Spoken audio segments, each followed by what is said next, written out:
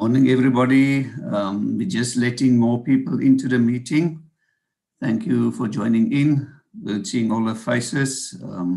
We will start in about 2 minutes' time.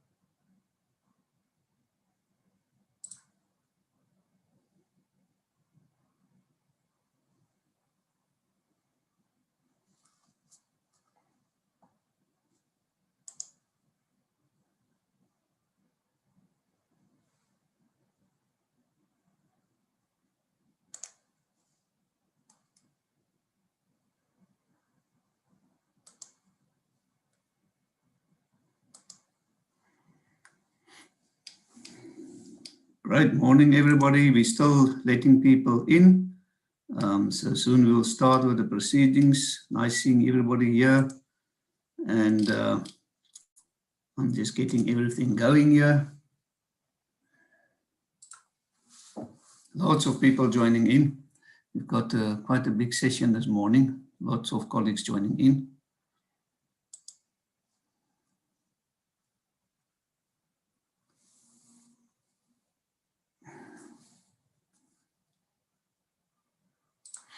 Right, we're also live on YouTube. Welcome, everybody. Let's have a look at our program for today. And I'm going to obviously share my screen with you guys.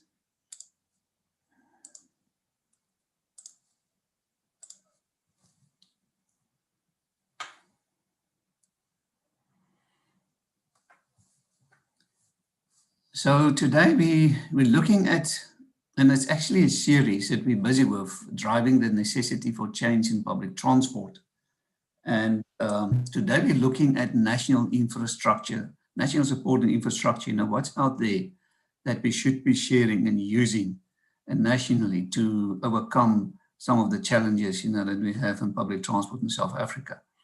And you might have noticed, obviously, that these events that we do are for free for the public, and all the content that we upload to the web, all the content is for free. So obviously somebody must pay for this. And therefore we've got valued sponsors of the Transport Forum and sponsorships on different levels, and they're making this possible.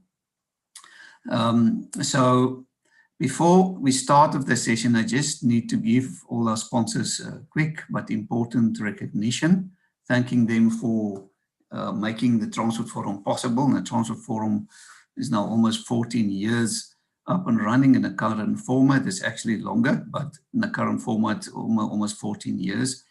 March, it will be 14 years. And it was made possible by lots of good people in the industry, and assisted me, also being mentors to myself, to make this possible. Exciting is also that we recently start an official platform to have the professional bodies in the industry formally sign up with the Transport Forum, and we already have the South African Association of Freight Forwarders, as well as South African Express Parcel Association, who signed up. informal agreements with the Transport Forum. And we're excited to know that there are more coming in. One of them being SABOA, South African Bus Operators Association. We're busy in negotiations with them, and soon we will be, proud to announce the formal relation for the Transport Forum as well. Also great is that we have Bid Air Cargo. Bid Air Cargo is a new gold sponsor of the Transport Forum. They signed up this month, and I would like to, to share also more information about these sponsors. Bid Air Cargo, just a moment for me, I'm just letting more people in here.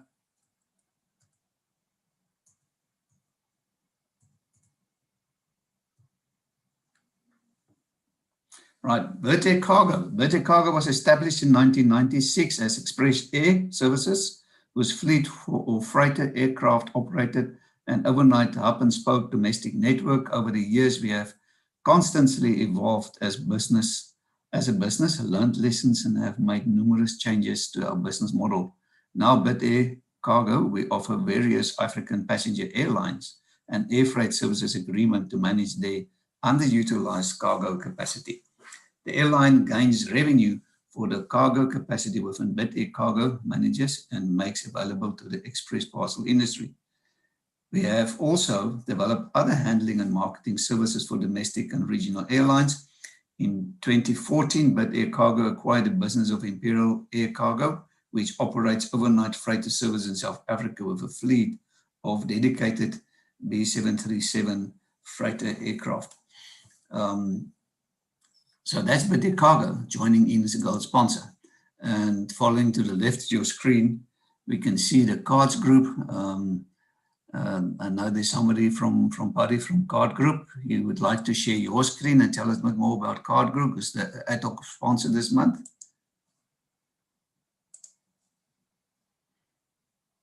But it just you're muted.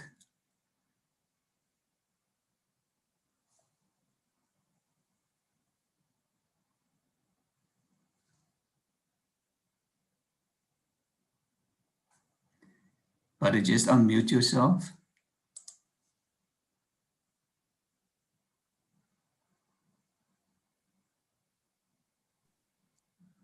There you go. There you go. Thank you, Harry. I'm not too sure if my screen is shared yet. We can see that. You can go to presentation mode, but we can see the logo. Okay. Thank you, Harry, and thank you to everybody who has joined in this morning. Cards Group Africa truly appreciates this opportunity to introduce itself to this esteemed virtual gathering of luminaries within the transport sector in South Africa and indeed the borders beyond. Cards Group Africa is relatively a young entity in the big scheme of things, having been established, strangely enough, during another crisis in 2009. If we've learned anything in the last 11 years, it is how to survive through crises. And yes, there will be a book on the topic soon. Cards Group has established itself as a reliable and consistent card technology and card solutions vendor. It has kept up with all the trends and rapid changes within the industries that use tech such as magstripe, smart card, EMV, RFID, NFC, SIM. The list is endless. However confusing the many acronyms may be, to some of us, all that needs to be borne in mind is that there is a vendor that makes sense of it all in the real world. The sectors we currently serve are banking, retail, security, government, education, and of course the fuel and transport sector.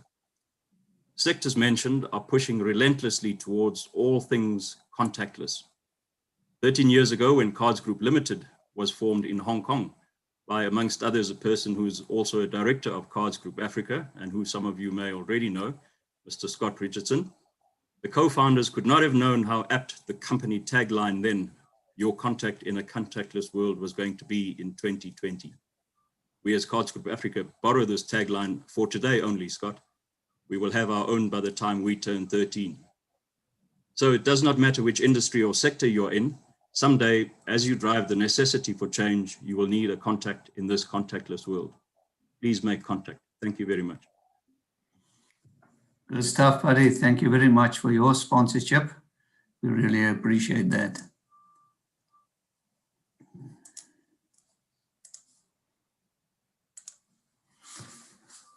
Great. So we also have then C-Track. C-Track's been a gold sponsor of Transport Forum for many years. I don't know if there's somebody from C-Track who want to say a few words. C-Track is fleet management solutions, tracking solutions, making your assets inventory visible. We've got a Railways Africa magazine, who's all about rail infrastructure news. Surely you should subscribe to that. Rail infrastructure nowadays, as we know in our country, is a huge challenge. So be up to date with what's happening out there in the rail infrastructure industry. We've got Cuba. I know there's a few Cuba guys on the session. See somebody from Cuba who want to say a few words. They're going to present later on as well, but maybe Cuba, somebody from Cuba.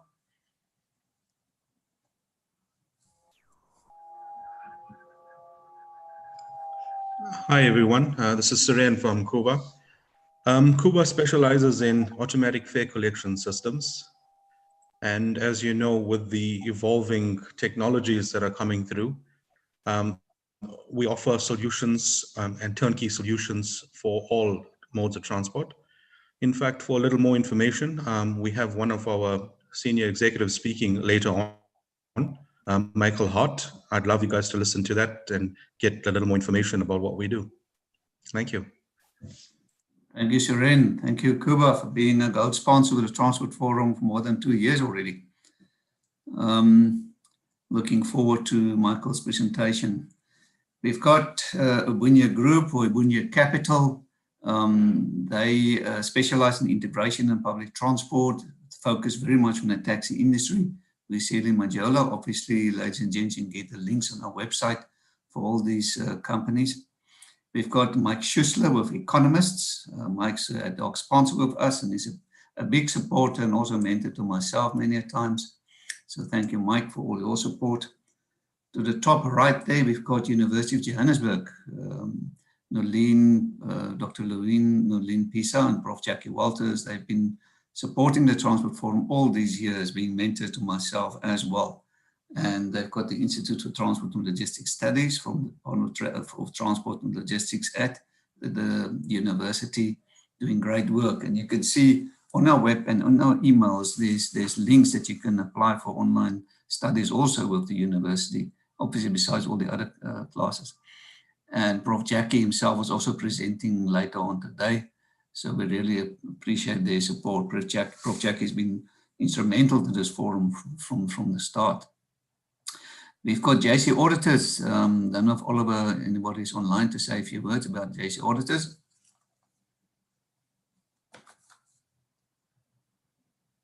Well, I can tell a little bit. They accredited certifications and they're recognized globally. They work with clients and develop specific solutions. Their goal is to provide professional, efficient, and simplified certification solutions, enabling clients to achieve their business goals. Very important to be to be compliant to achieve your goals. They're also very much involved in the road transport management system, making it very much possible to compliance in that regard as well. Right, so the next one then, Standard Bank. Is there somebody from Standard Bank who want to say a few words? I don't think Standard Bank needs lots of introduction, but they are leading Africa-focused financial services organization. They say Africa is their home and big drive for growth. And Kathy Bell and her team from Standard Bank supporting this Transport Forum for many years now. We really appreciate that. We've got Paxi. Paxi is from Pepco. It's a parcel service that allows consumers, agents, suppliers, and institutions to send, collect, and return parcels to over 2,000 Paxi collection points across our country. For your convenience, there's a Paxi point in every PEP store. So very convenient, you can make use of them. We've got Kulula, it's actually Comair. Comair operating Kulula on British Airways in South Africa. And as you know, from the 1st of December, they've been in the skies again. So we're excited having them back, and they're keen supporters of the Transport Forum. A gold sponsor for 2 years already, and we appreciate their support. Then we've got Global Trade Solution. I don't know if there's somebody from Global Trade Solution want to say a few words. let me say, Global Trade Solution, or GTS, is a user-friendly, cloud-based international trade and supply chain solution that incorporates the core requirements to manage all activities around the international supply chain in a compliant and cost-effective manner. GTS offers seamless integration with the various entities in the international supply chain, including the statutory agencies such as customs authorities. Already gold sponsor for 3 years. We've got Zutari. Anybody from Zutari want to say good morning this morning?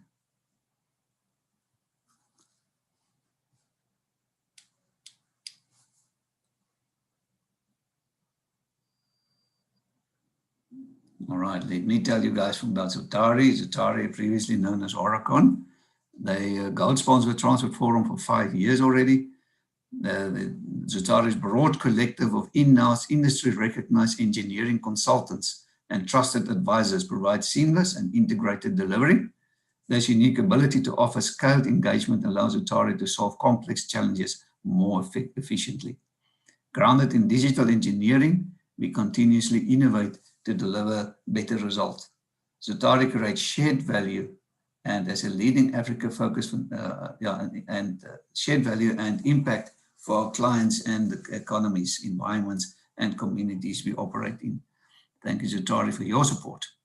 And in freight news, also been known as FTW before. They've been with us for also since the start of the Transport Forum.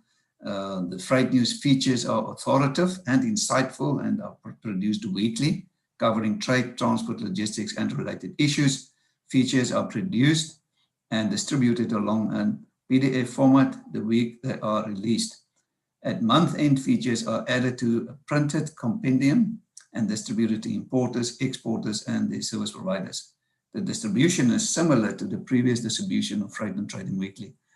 So it's all about freight and logistics news. And we're very proud in having them on board. Obviously, the journalists is giving the Transport Forum lots of exposure as well. I see Kathy Bell is joining in from Standard Bank. Maybe she just wants to say quickly hi. So let's give her opportunity as soon as he's joined in. She's busy joining in.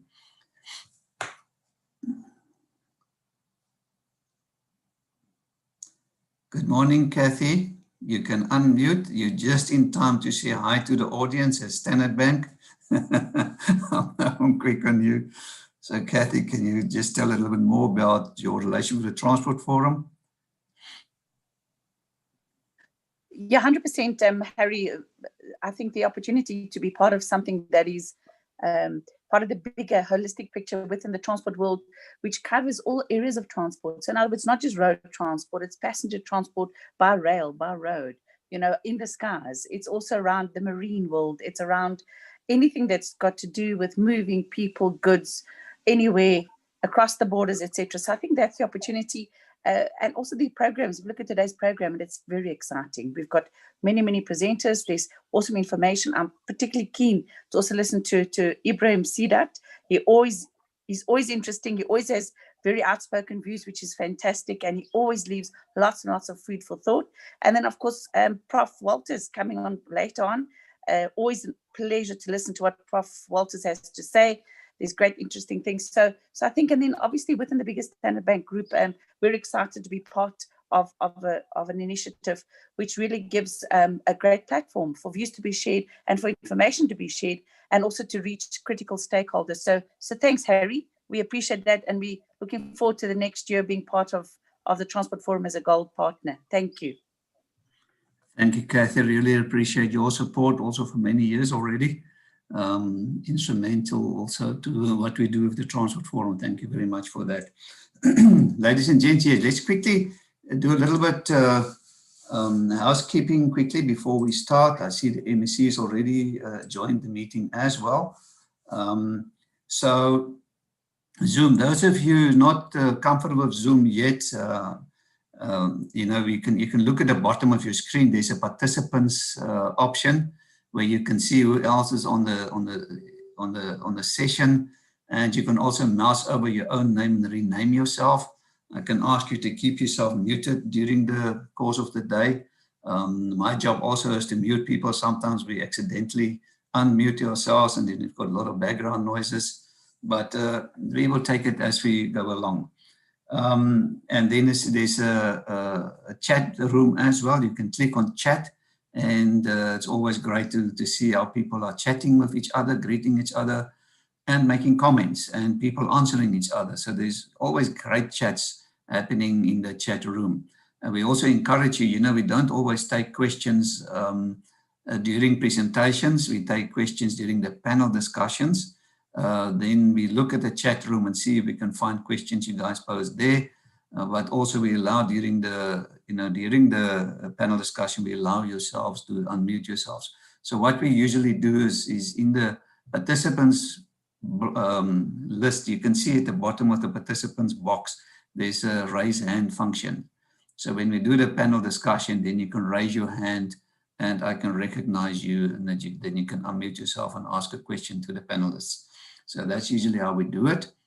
Yeah, and then you can keep your mobile phone on silent. It's got the ability to ring the moment you unmuted yourself. Believe you me, it happens to me.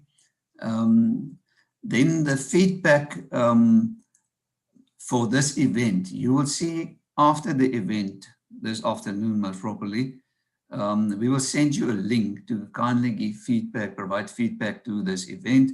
That's so valuable for us because it helps us for the planning for future events to see what topics we should entertain at our events, who we should involve, and obviously how to improve these events. So that is extremely valuable. Also, at this website, the Transport Forum's website, we will upload the presentations that's been made available. We'll upload them to the website and you'll be able to download them. It's all complimentary to the public. You just need to log in to access the presentations. And so the login, you'll see at the left of your screen when you're on the Transport Forum's website, and I'm talking about that website, transportsig.com. So should you go to that website, to the left of your screen, there's a user login. You log in and using your username and password. Should you not have that yet, you can sign up using the sign up function, and you can create complimentary your own account, and using then your own login credentials, you can then log into the website. And the moment you've done that, then you can go to events and you can select downloads. And when you select downloads, you will see there's a little search engine. And the search engine works great. It's got find by title descriptions. For example, you can type in a person's surname, and then the system will give you all the presentations presented by that person over the past 13.5 years. Or you can go to category, and selecting category, you'll see today's date, for example, the dates of the different events, and then you can select today's date and it will open up all the presentations presented at today's event. So it's quite easy. But you can see this is actually a knowledge base, and we'll be getting international recognition for this powerful knowledge base we have. It's about 900 presentations on this knowledge base. You can go and search for information. It's extremely powerful in terms of what's happening in our public, in our transport sector in South Africa. I just want to draw your attention to our business directory. It's growing quite nicely. Olga Mashilu, she's running the business directory. It's actually been outsourced to Olga's company. The revenue she gets from this also goes to the company. The Transport Forum is not taking any revenue from this. She's doing this as a service to the Transport Forum, and for us a BE initiative as well. You can take a picture there of Olga's number, 0726267391, and you can contact her, and it's only 450 rands a year to have your company listed in this popular business directory. So we encourage you to do that. All right, so getting back to our program for the day, we're talking about national support and infrastructure, what's happening out there, and what's out there that we could utilize to improve public transport in South Africa. And our first presenter today is our MEC, Mr. Jacob Mamabolo. He's the MEC for Roads and Transport from the Gauteng Provincial Government, and he's going to do the opening address for us. Thank you very much, MEC. We're looking forward to listening to you.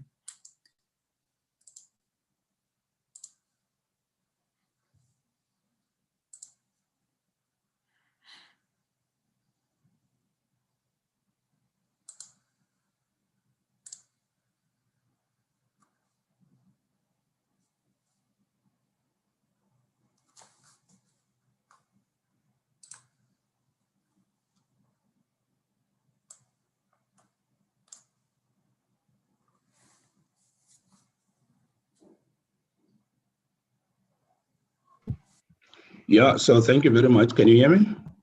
We can hear you. Thank you, MEC. You'll tell me when to start. I'm ready.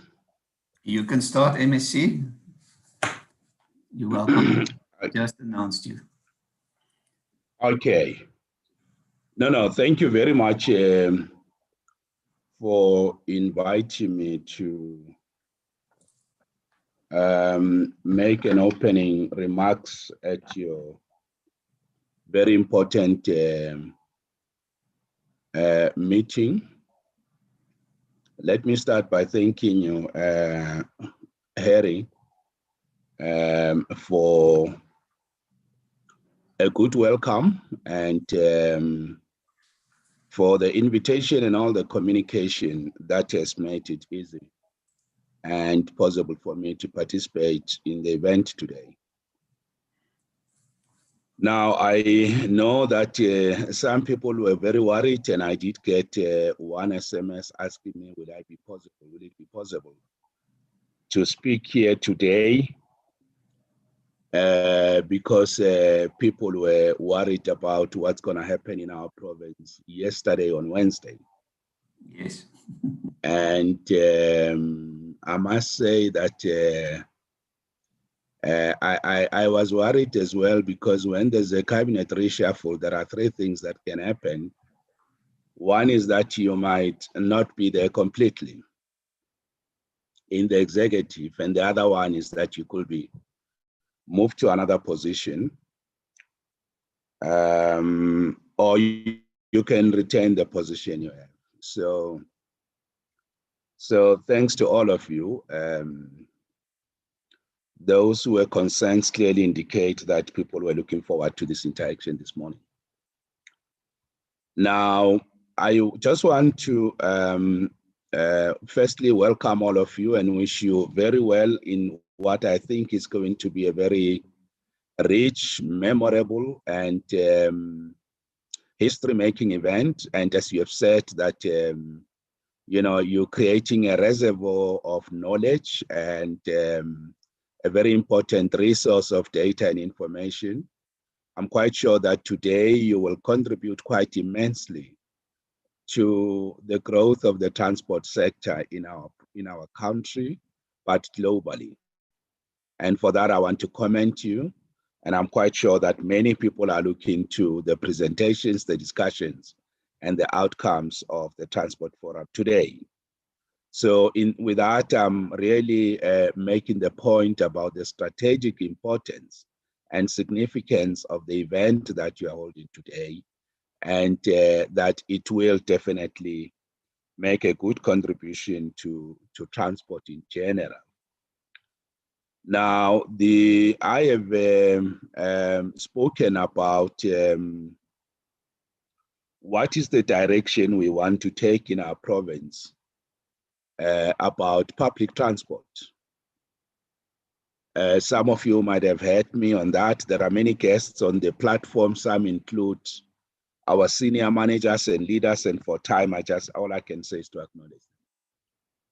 But essentially, I want to also comment you with the theme that you have chosen. Driving necessity for change in public transport,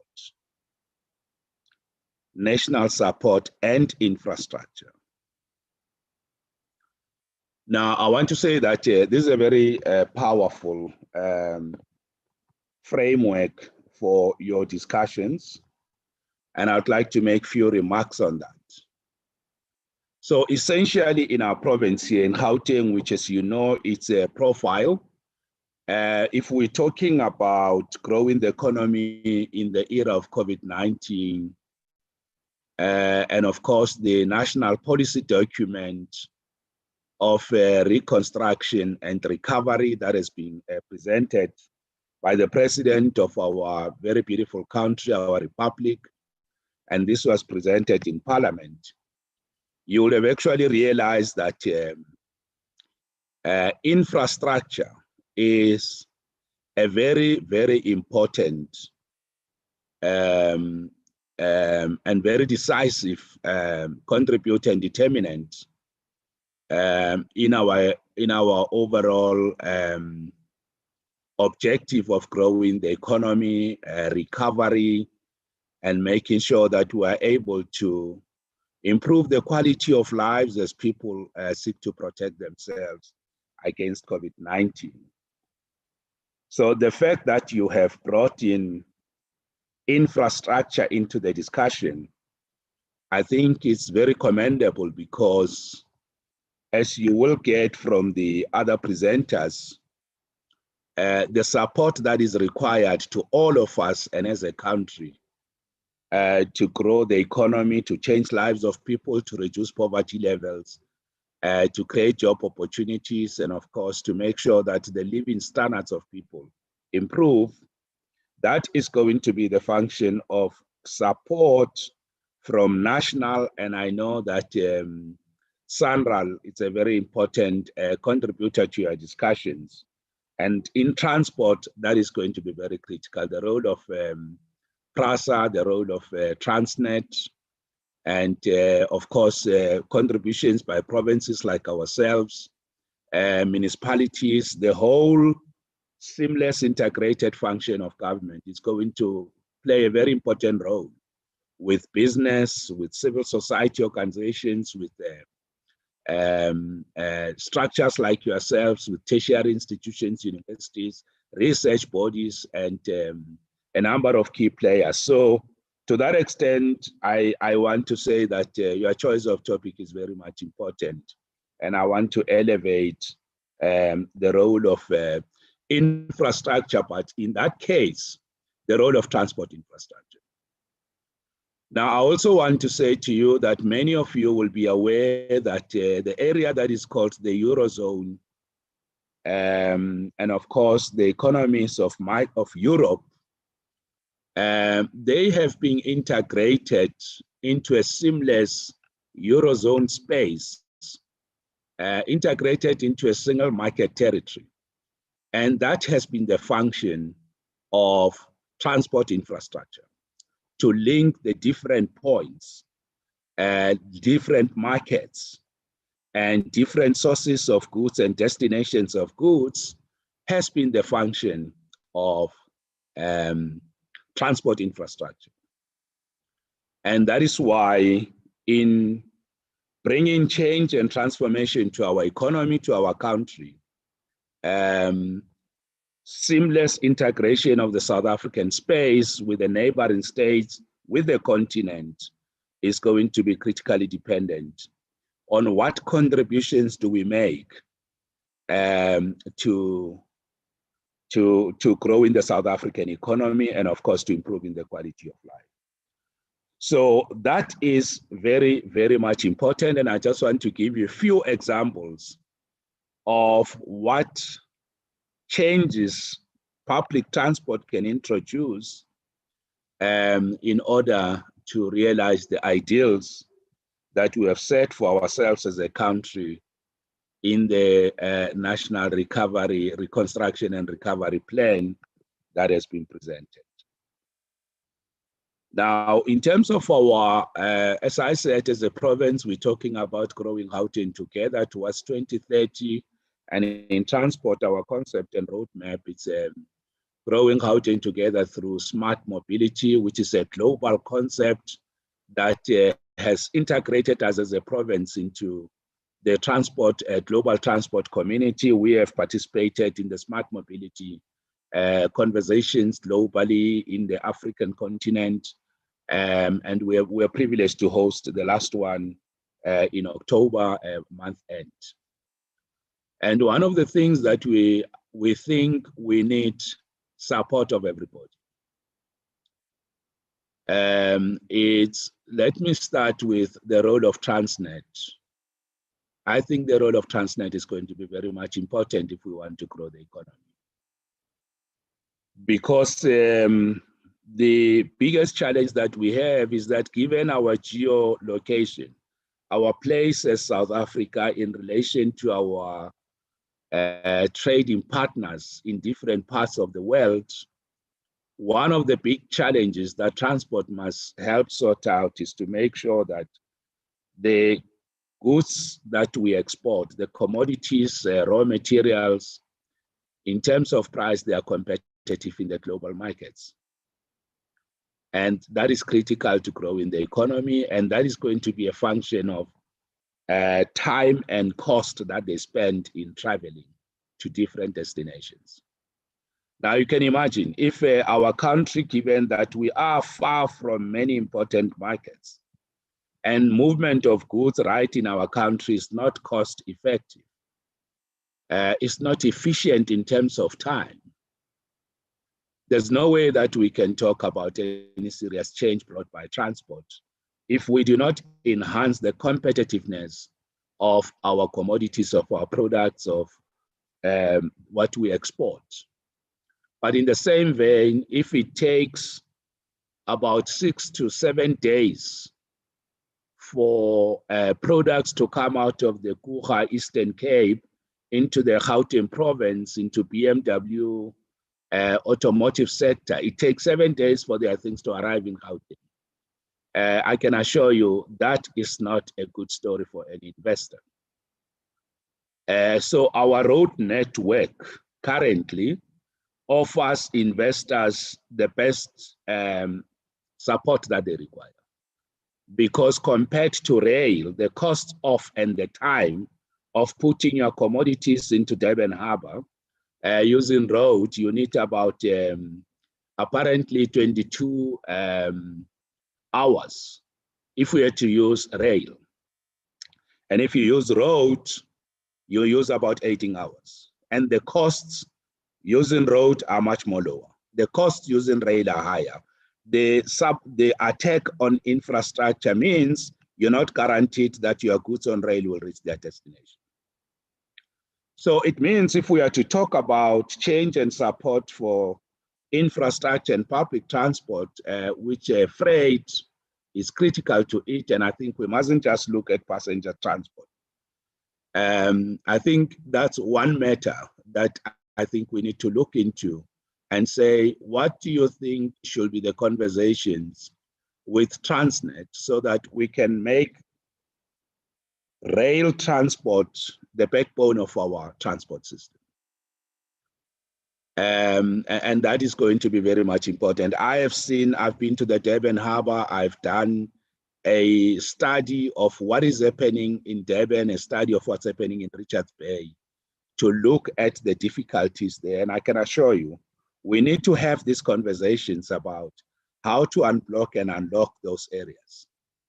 And rail for me is very much important. I also know that the maintenance of road transport, because we do have good road networks, but their maintenance is going to be quite challenging, and making sure that the N3, the N1, the N12, and all the key roads remain in good condition over and above the need to build new roads. But this time, I want to plead with you that the issue of road maintenance, keeping the road in good condition whilst we're having conversations with Transnet about its role, those conversations are very much important to look at. And I hope it's one matter you take interest in. There's a project called OR Tambo Sprints on the N3. It was estimated at 2.5 billion in 2018.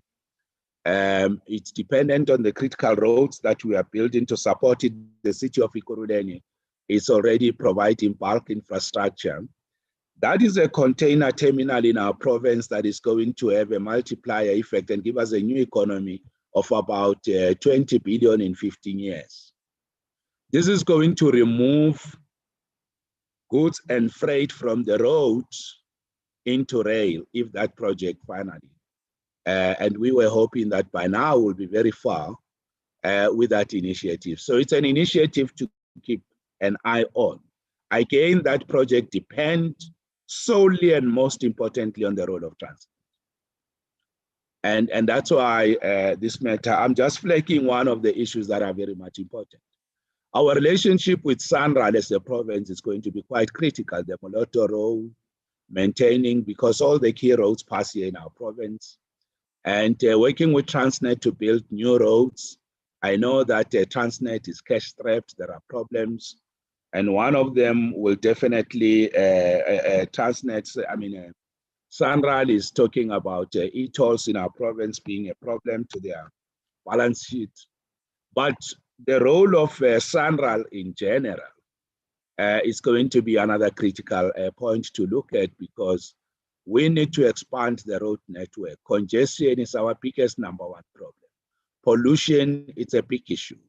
And of course, the ineffective movement of freight, given the challenges of the roads. So if we are to grow the economy, the role of Transnet is going to be very critical. Now, let me wrap up by also just saying that the role of technology, it's also going to be a very important lever to look at, because indeed we're in the era of the fourth industrial revolution. Smart data systems, smart technologies, smart systems even for security. It is really unacceptable, and I think we must all strongly condemn the attacks that are happening on our road network in an era when there are better technologies to provide safe, good security for infrastructure, for the roads, for what is happening on our public transport infrastructure and networks. So the usage of technology, who moves on the road at what time to what destination? Have they reached their destination? What are the challenges on the road? We should be able to deal with that. So leveraging smart technologies and also providing data, real live data about movement of freight and passengers on the road and what's happening on the roads. It's a matter that we must look at quite importantly. How to use technology to enhance the work that we are doing is going to be critical to driving the changes that we need. The other issue really for us in Gauteng is going to be the expansion of Gautrain. That is going to be a major changer. I think if you look at about the current phase of expanding Gautrain at a value of about almost 45 billion, 42 billion, it's going to be quite critical, and the other phases in years to come. The role of Gautrain in our economic space is unprecedented. It's a very powerful investment that I think people should look at. And you as the transport sector, I think you need as a transport forum to also take up campaigns that helps us to migrate people from the road to rail. And with us having Gautrain, I think, and of course expanding it even into townships, is going to mean the value of our economy is going to expand and grow, and that is going to crowd in particularly real estate investments. So that is one area that I think we are quite excited about as a province. I just want to move quick and say, I'm also deeply delighted with the department. We are working with a private sector, people that are running multi-billion rands of investment, using private sector money. All what they need is for us to partner with them on building the roads. We have brought them together, we have met with them, we're having conversations with them. I can tell you that partnership with the private sector to deliver the road network is going to be very powerful, and it's going to make sure that we realize massive mega developments and projects in our province. So conversations about partnerships with the private sector are going to be quite critical. And of course, creating an excitement within the construction industry, which has been depressed and suppressed with confidence levels being very low.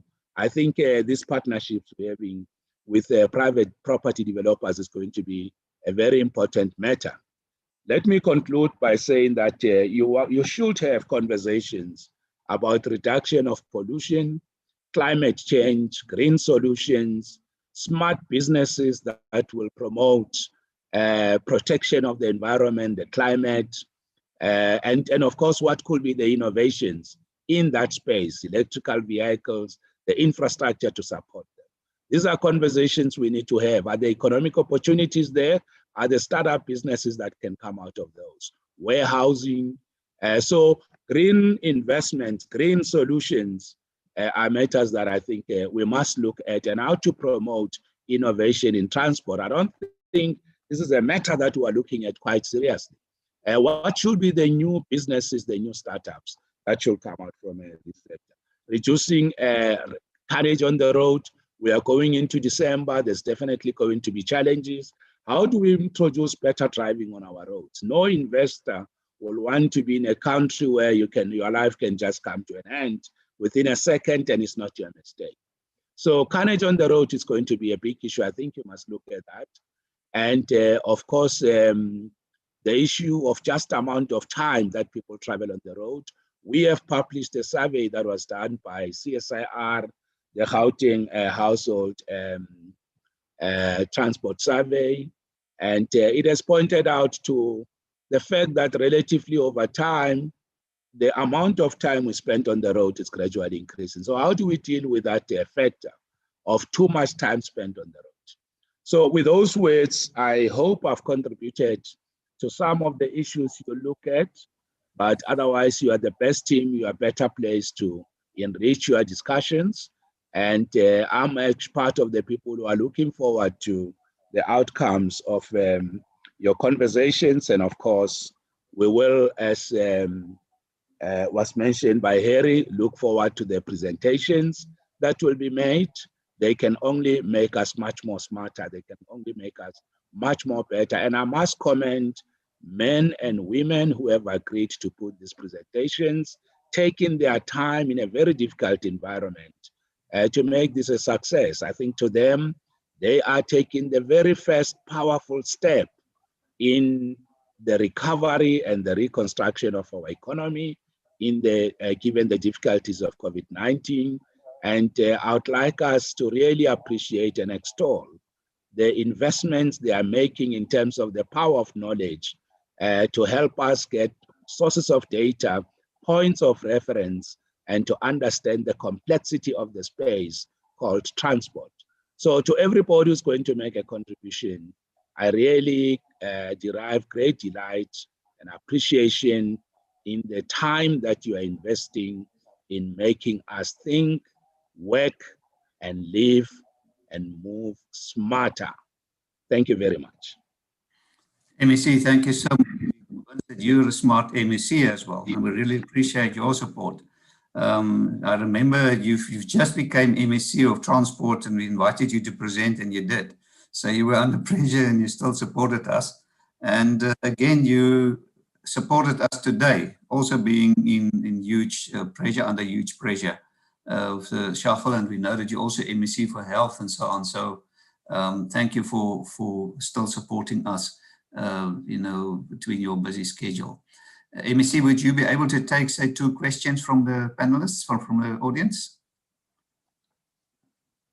Yes, that will be great. I'm sorry, I must apologize if I didn't create time for questions. My apologies. And can I just say, the MEC of Health was appointed yesterday, so I'm now 100% transport. So yeah, I'll gladly take any questions. Right, thank you very much. Yeah, we still got 5 minutes, so we can, if people can go to the chat room and you can raise your hands if you want to ask a question to the MEC, and I can recognize you. You can unmute yourself and ask a question to the MEC. So there's opportunity now for questions. MEC, while they're sorting themselves out, it's so important that You mentioned the important role that rail is going to play, should play in our transport space, and obviously also in public transport. And one of the big concerns, is the draft white paper for rail that's been presented before to Parliament and so on. And we don't see the implementation of that draft white paper. A few things that's important there was a call upon devolution of rail, the participation of private sector, concessioning, all that stuff. You also mentioned about Transnet playing an important role. In the draft white paper, it's mentioned that Transnet should be the financial administrator for rail in South Africa. And that obviously includes, as I understand it correctly, public transport as well. So it's a utilization of infrastructure. And from the industry, there's a call upon government and people like yourselves, the MEC, to revisit that draft white paper for rail and help us to get that implemented and bring it to the front again. So we call on your support in that regard. All right, it doesn't seem to me there's anybody who wants to ask a question on this stage. I think your speech was loud and clear. Thank you very much for your support. I don't know if you want to make a quick closing remark. Yeah, let me just comment you for bringing up a very important matter. The white paper you are referring to is the one that talks about devolution of metro rail to the provinces. And let me explain the importance of this, but just remember that the Competition Commission itself released a very important report in which they were also making a point about a need to devolve functions of PRASA trains where there is a good capacity.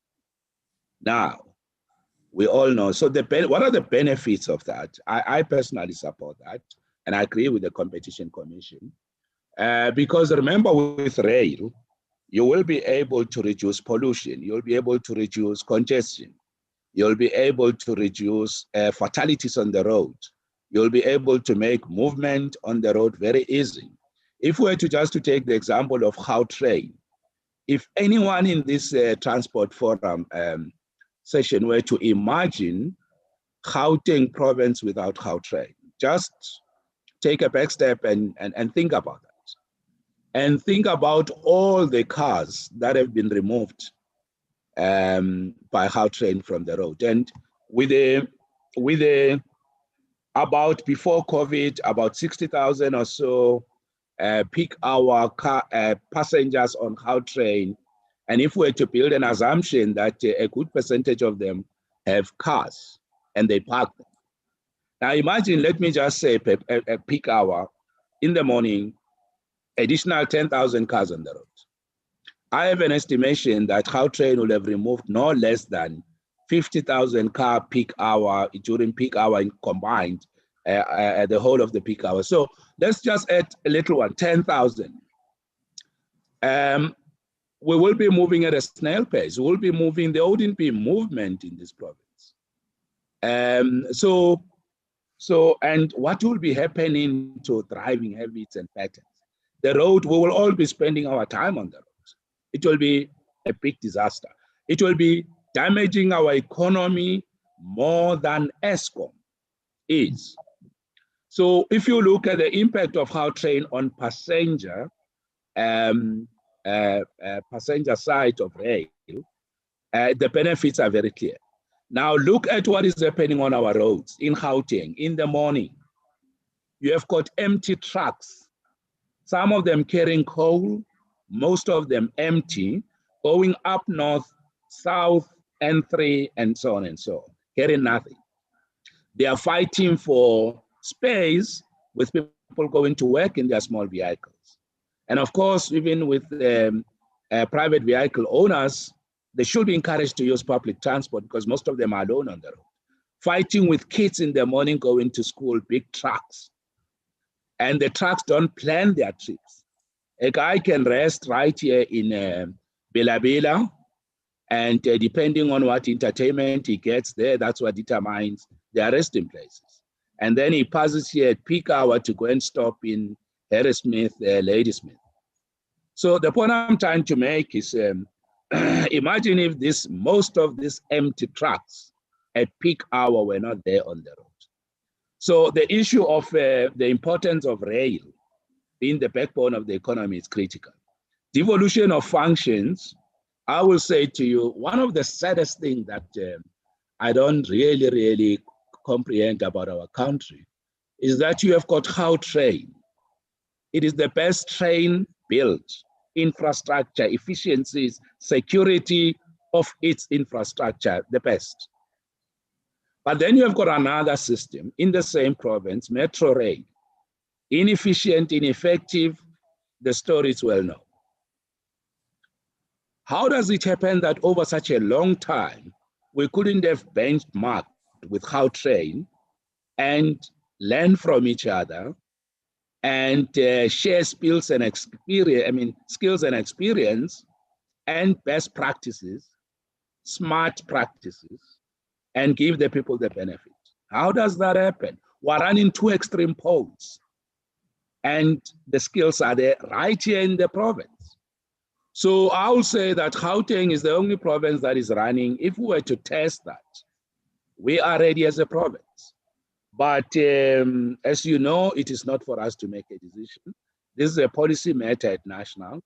But Premier David Makura has announced that he will take up the issue, because the Premier of the province and ourselves are convinced that this is a matter where we need what you call driving the necessity for change. If there's a necessity for change we need, and the support that's required, is for the province of Gauteng to be given the opportunity to pilot the best model of fusing the capacities and skills and experiences of Gautrain and PRASA. Only the people will benefit, not us, the politicians. It will benefit the people. And I think these are the conversations that you yourselves, in the little spaces you have, you must promote devolution based on skills and capacity to do so. We will improve the economy of our province. We will give the people the best benefit. So to that extent, once more, thanks very much, and thanks for the positive feedback you have given me. And I wish you all the best. I wish you well. I've seen some very complimentary chat messages that are coming in.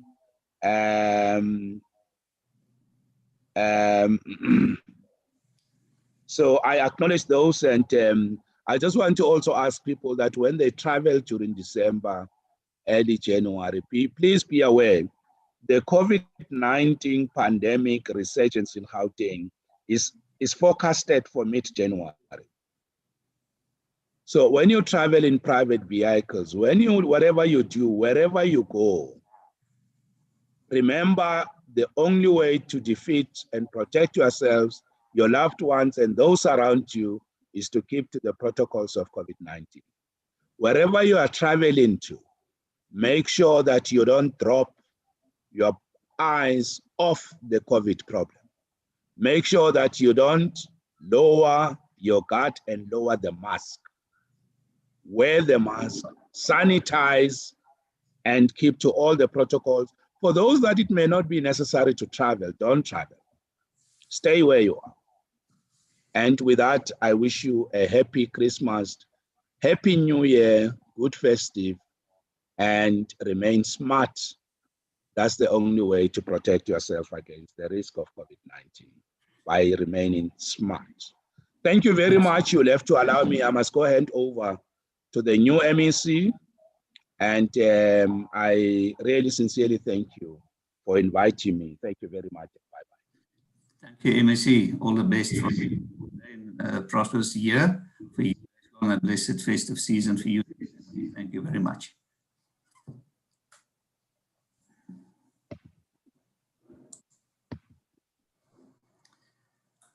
Right, ladies and gents, thank you. There were two questions to the MEC, but he obviously has to go, so apologies for not being able to do that. It's about a new number plate system and so on. We will pass the questions on to the right people, and we will answer you guys accordingly. Make sure it gets answered. So Continuing with our program this morning then, driving the necessity for change in public transport, national support and infrastructure. Today, the 3rd of December 2020. Our next presenter then is Mr. Ibrahim Sadat. He's been a keen supporter of Transport Forum for many years. Thank you very much for that, Ibrahim.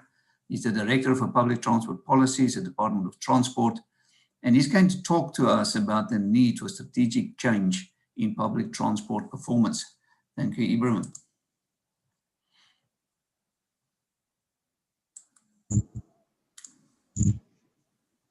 Hi, Harry. Can you hear me? Yes, we can hear you. Thank you, Ibrahim. Okay, thanks a lot. Just shout if there's a problem with the connection. Thanks to the forum for inviting me. I was hoping not to speak, but unfortunately, my boss, Ms. Kibi Manana, had to apologize.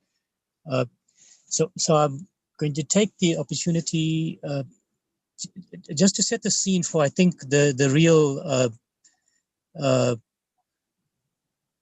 detailed presentations coming up from our colleagues at Sandrails, Saveshni and Harry on the consulting side, who we've been working closely with. So, but just to set the strategic scene. So, in a sense, we're underperforming in public transport for the last 10 years at least. I think we had a bit of an artificial boost from the World Cup. And unfortunately, I think post-World Cup, we have been decelerating the pace of our performance instead of accelerating. Especially if you look at, say, the rollout of integrated public transport networks, some people call them BRTs, in the various cities. If you just look at that spurt of activity from the 2007 Rea Vaya operational plan done at a very low cost with their 2002 modeling data that went into their 2005 strategic public transport network, which was then adapted to kind of a BRT phase 1 Rea Vaya operational plan in 2007. If I recall, even with a little bit of NGO support and international NGO support, I think it was done for like 500,000 Rand, if I remember correctly. Obviously, it wasn't perfect because the data was already old at 2002, but what's new? I mean, our data currently is old in most places as it is in 2020. So, but just using that in the can-do approach and willing to make mistakes and learn and fail forward, they managed to kind of get a phase 1A going in 2 years, including the industry protesting and the UTAF taxi forum having to be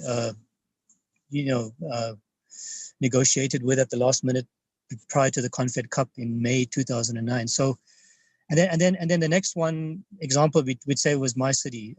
Their operational plan only really got procured in early 2008. So you could say that took about 2008 to complete.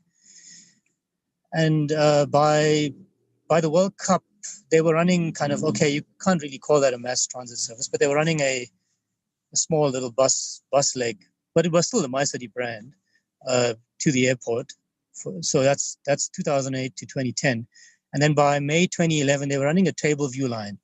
So initially, those two initial pilots, and what I say, they were not really phase 1 from the classical international sense. And internationally and even strategically, one needed to do a quarter of the city in a phase, because that's when you do multiple corridors.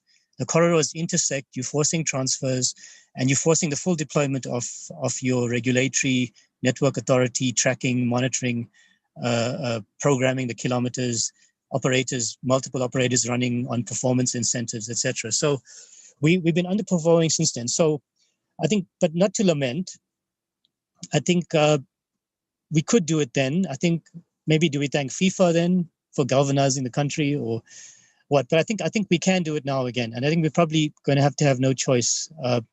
So what are our opportunities? So I think number one, and it's something that I think we're looking for, we're debating in the department. So there is the taxi kotla has happened.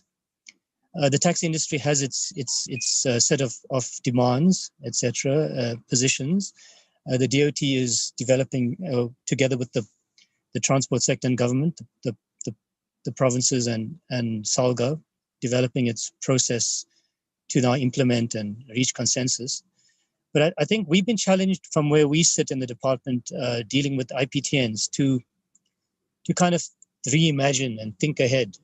And what we're coming up with is almost an expanded back to basics approach. And we'd like to throw out some of that thinking.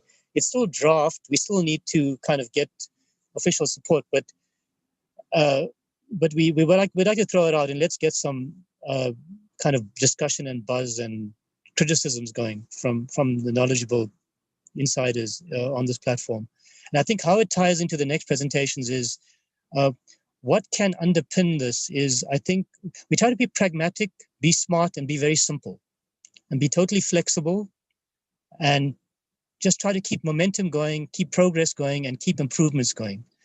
I think we can't necessarily bank on long-term processes. It'd be nice if it happens and if we can pull the rabbit out of the hat, but relying on long-term major institutional reform, complicated processes will just keep us stuck in a rut, I think. So things like ramping up enforcement, if that, as a key measure, things like ramping up our regulatory capacity and processes, whether it's on operating licenses or whether it's on transport planning, for example, etc.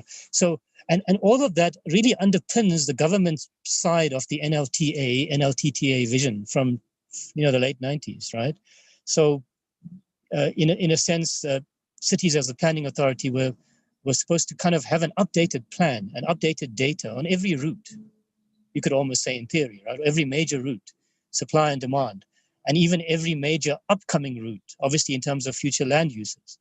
And then based on that, you'd rationalize, you'd allocate operating licenses based on hard data. So it's almost a continuous data gathering and planning operation.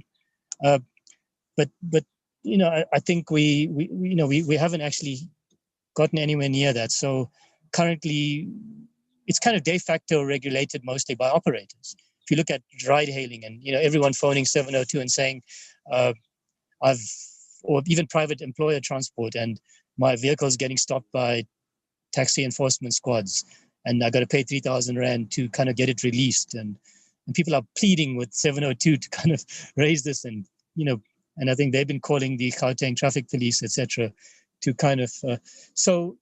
In a sense, we haven't actually, cracked the government side of the planning, regulatory, data gathering deal. I'm not sure if we can in 5 years. And I think the challenge is we need more action now. So how do we pragmatically go about this? And I think one angle we're thinking of looking at is you got to combine the current sources of funding in, say, let's call it road-based public transport for now. Rail could come in too, ultimately, because ultimately it's about moving passengers. So to improve performance, the first thing we've got to do is at government level, which is, say, city implementation level, backed by national and provincial, and then at provincial level, say, as a contracting authority for the current public transport operating grant services, they're subsidized more longer distance bus services.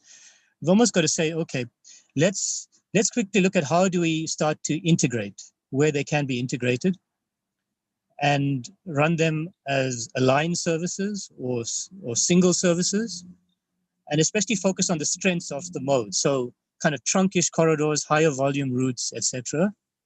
And then the elephant in the room is the minibus industry. It cannot be ignored and has to be integrated into the same system.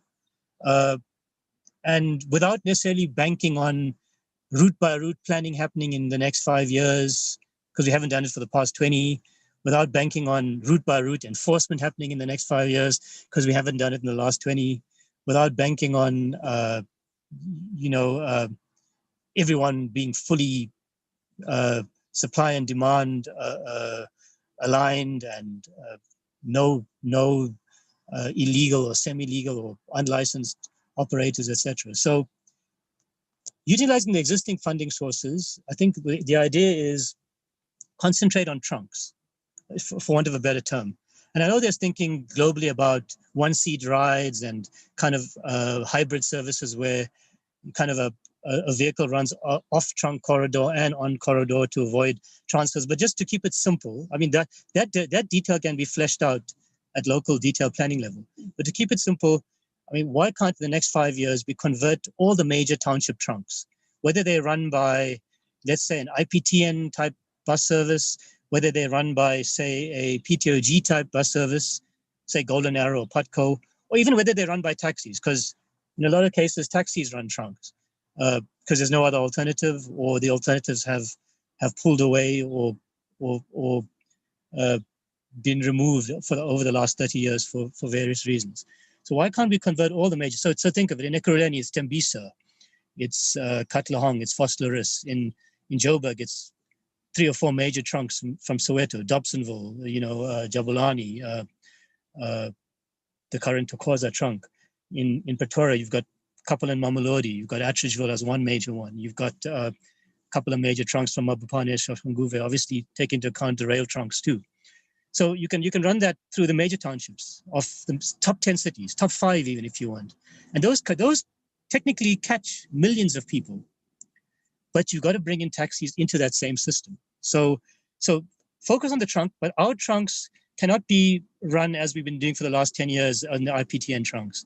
We've got to like triple or whatever the word is for cutting something, but 1/3 of the costs and double the passengers or triple the passengers.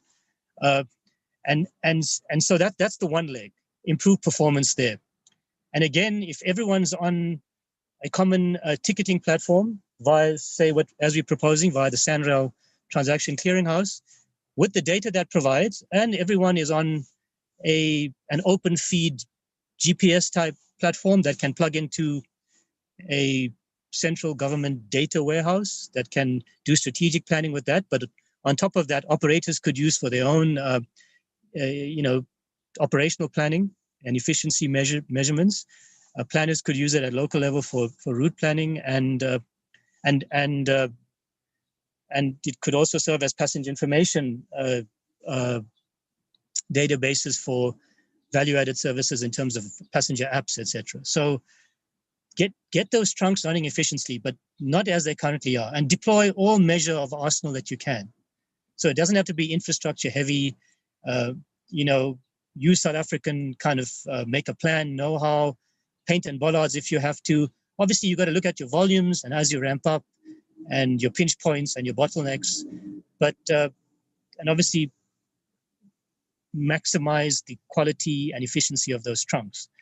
And a trunk service that's not probably under 10-minute frequency in a peak and under 15 minutes in the off-peak as it ramps up is probably not really a mass transit service or anything like that. So currently most cities are just even struggling to roll out a basic bus service for various reasons. So I think the trunks have become very important, and we need to be completely open-minded about technically how do we deliver these trunks.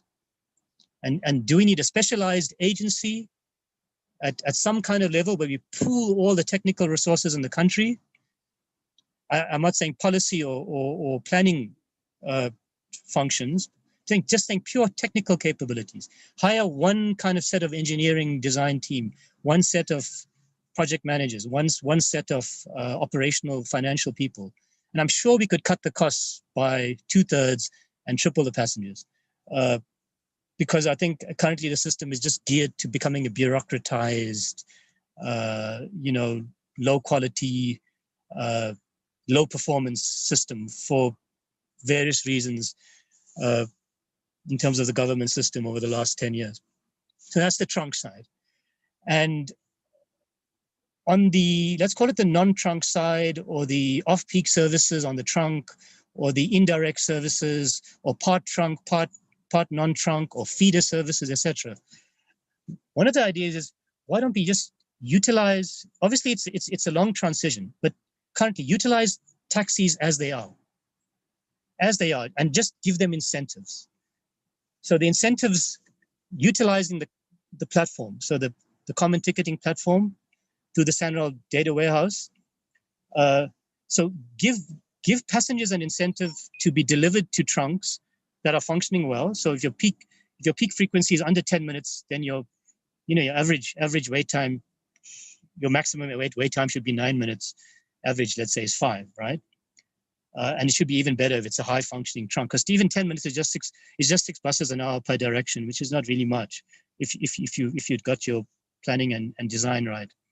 So there shouldn't be long wait times. There shouldn't even be need for peak timetables, right? Feed that trunk, transfer the passengers.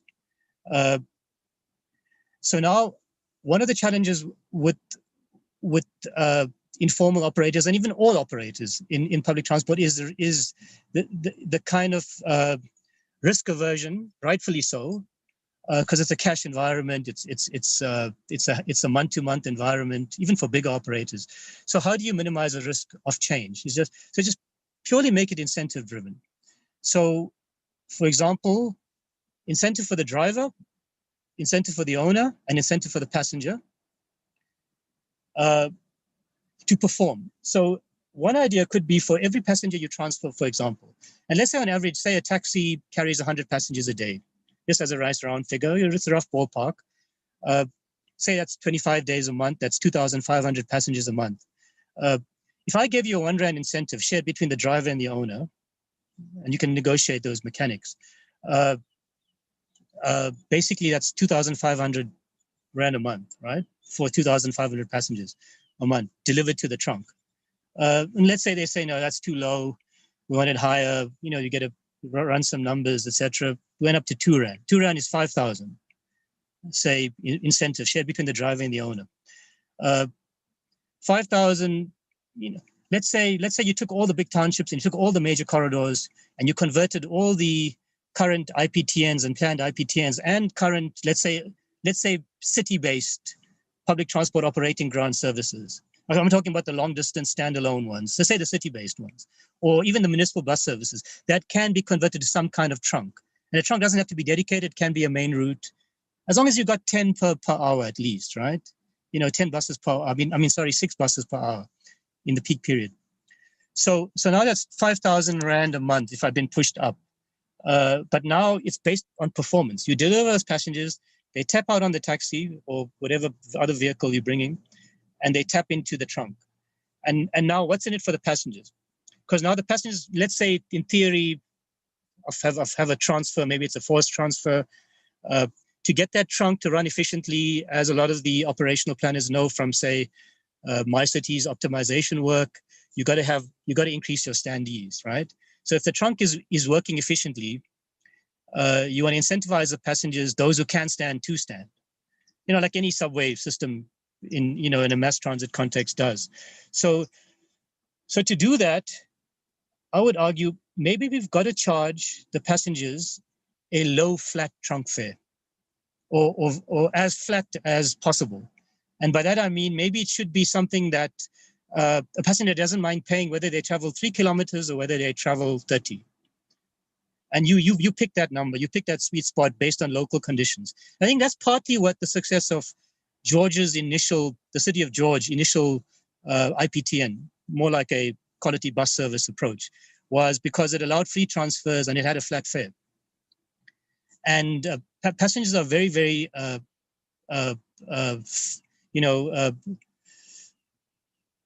conscious of the fare regime. And currently, the taxi fares are stretching affordability at a household level, not necessarily at an individual worker level, but at a household level for the maximum range of household trips. So to encourage some kind of change to a trunk feeder system, bringing in taxis, playing a different role, you've got to create the incentives all along the chain for the passenger, for the driver, for the owner, and incentives for whoever is contracting and regulating and managing and providing the trunk as well. And there again, it has to be a much tighter contract. I think the gross cost contracts, Treasury already saying as well, they work in the context of a very strong planning authority that's now monitoring and regulating the service. I think we still should not throw that baby out with the bathwater, but what we have to do is we've got to set those incentives in that trunk contract, let's call it. For example, that make it logical for the driver and for the operator to want to maximize passengers, because then they get more money. At the moment, why would a driver on a current like a rail via gross cost contract care if a passenger jumped on or not, or if the passenger even paid or not? You know, there's no incentive for any extra care or attention. So I think that needs to be thought through. So if there's proper performance incentives throughout the chain. So in a sense, I'm saying is, I don't see us getting our sticks right in the next 5 years. If we do, that'll be a total bonus, right? And I've always been making the joke, but it's not actually a joke, that SpaceX and Elon Musk might get to Mars before we get to, like, you know, the Cape Flats properly on phase 2A.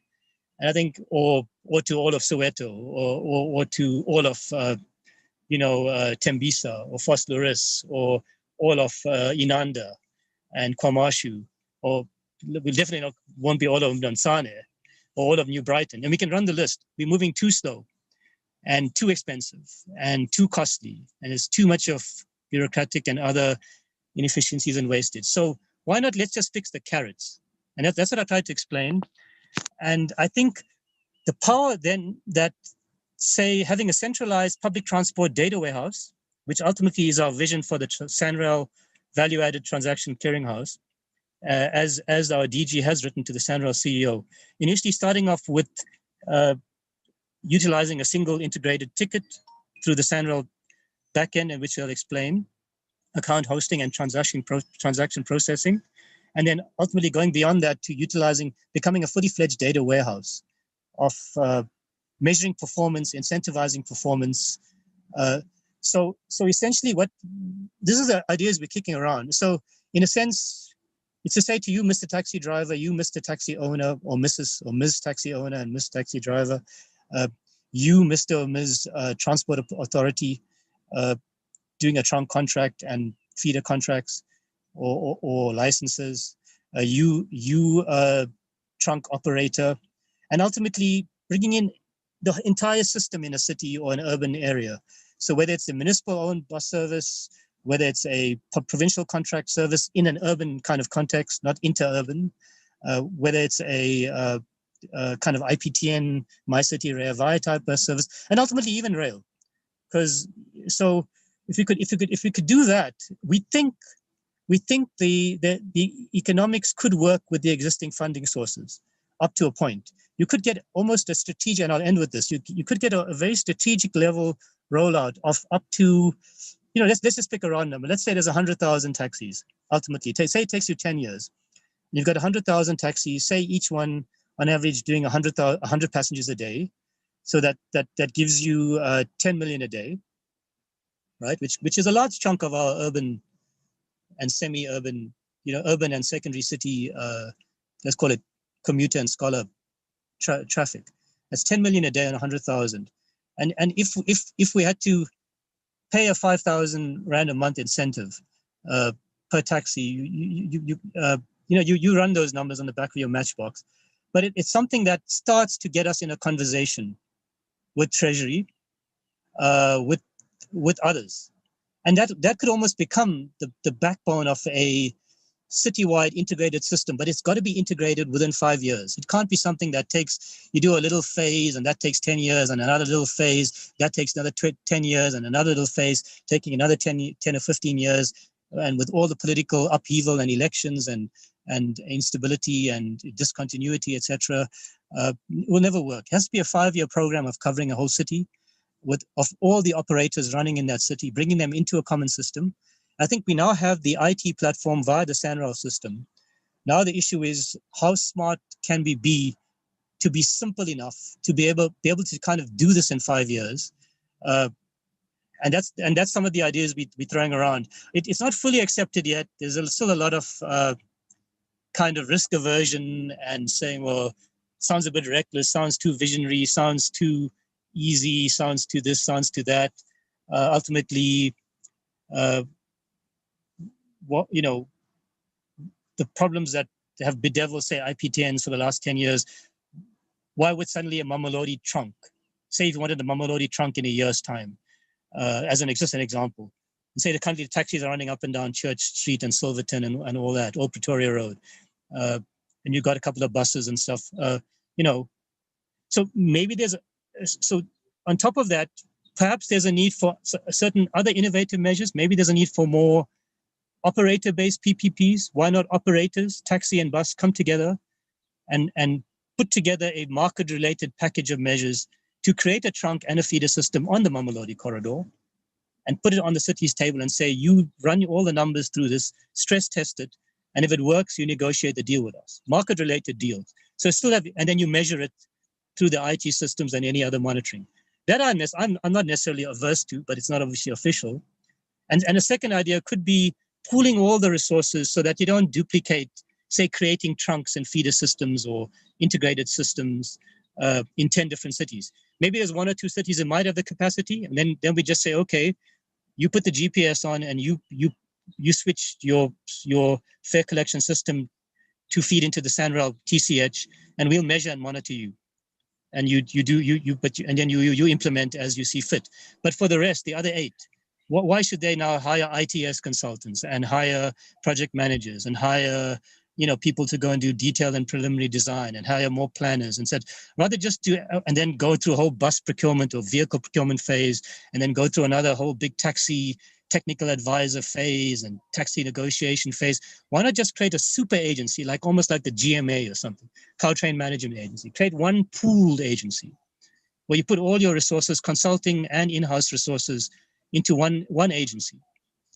Not necessarily usurping anyone's constitutional powers, but just becoming a more centralized one-stop shop that can then have quick procurement, quick economies of scale deals, et cetera, et cetera. So those 2 institutional ideas could overlay on top of this kind of what I want to call a simple model of pump the trunk, everybody perform, nobody gets a free lunch without performing, and bring everybody into the pot in a city. And I think the current platform, as will be explained, does give us that capability. I think now it's up to the sector's imagination to now begin to see us as one system, one sector in reality. And I know there's going to be a whole lot of problems and conundrums and naysayers when I say, well, I know let's say the subsidized bus operators will say the taxi industry have intimidated us and undercut us for the last 30 years. So how do we, and government's done nothing. On the other hand, cities will say, well, it's too risky, it's an unfunded mandate. On the other hand, provinces will say, well, cities don't have the capacity and we have a lot of inter-city transport in our province. And national will say something like, we feel cities and provinces have been too slow and they haven't been monitoring properly, and there's, So there's the impetus and the legacy is always to kind of naysay and to look at the problems. But I think this vision does allow us to kind of measure, monitor, and keep it very simple, and throw those incentives back out to the operators. So currently, every day, there's hundreds of thousands of taxi drivers and public transport who go out and kind of almost hire the taxi from the owner and try to make their return, and they manage it as they see fit. So we're not going to change it too much, but rather give them an incentive to say, if I give you 2 rand per passenger, will you deliver them to my trunk? Thank you, Harry. Thank you, Ibrahim. That's a good sharing of knowledge, a lot of experience. Thank you very much for that. Hopefully, you will be available for the panel discussion still. We would like to listen to Savashni, and then we would like you back in the panel discussion so that we can take it further there. So will you be available, Ibrahim? I assume Ibrahim will be available. Let's just put up our agenda for us. Thanks, Harry. While I'll be around and I'll look at the chat. I'm hoping I'm getting a lot of critical feedback there. Thanks. Great stuff. Thank you, Ibrahim. All right, so our next presenter then is Savashni Pillay. She's the project manager, planning, toll and transport with SANRAL. She's going to talk about the SANRAL value-added services and the road to mobility as a service. Thank you, Savashni. Really appreciate your support. Thanks, Harry. Thanks, everybody. Can you hear me? Yes, we can hear you. I want to share my screen with you.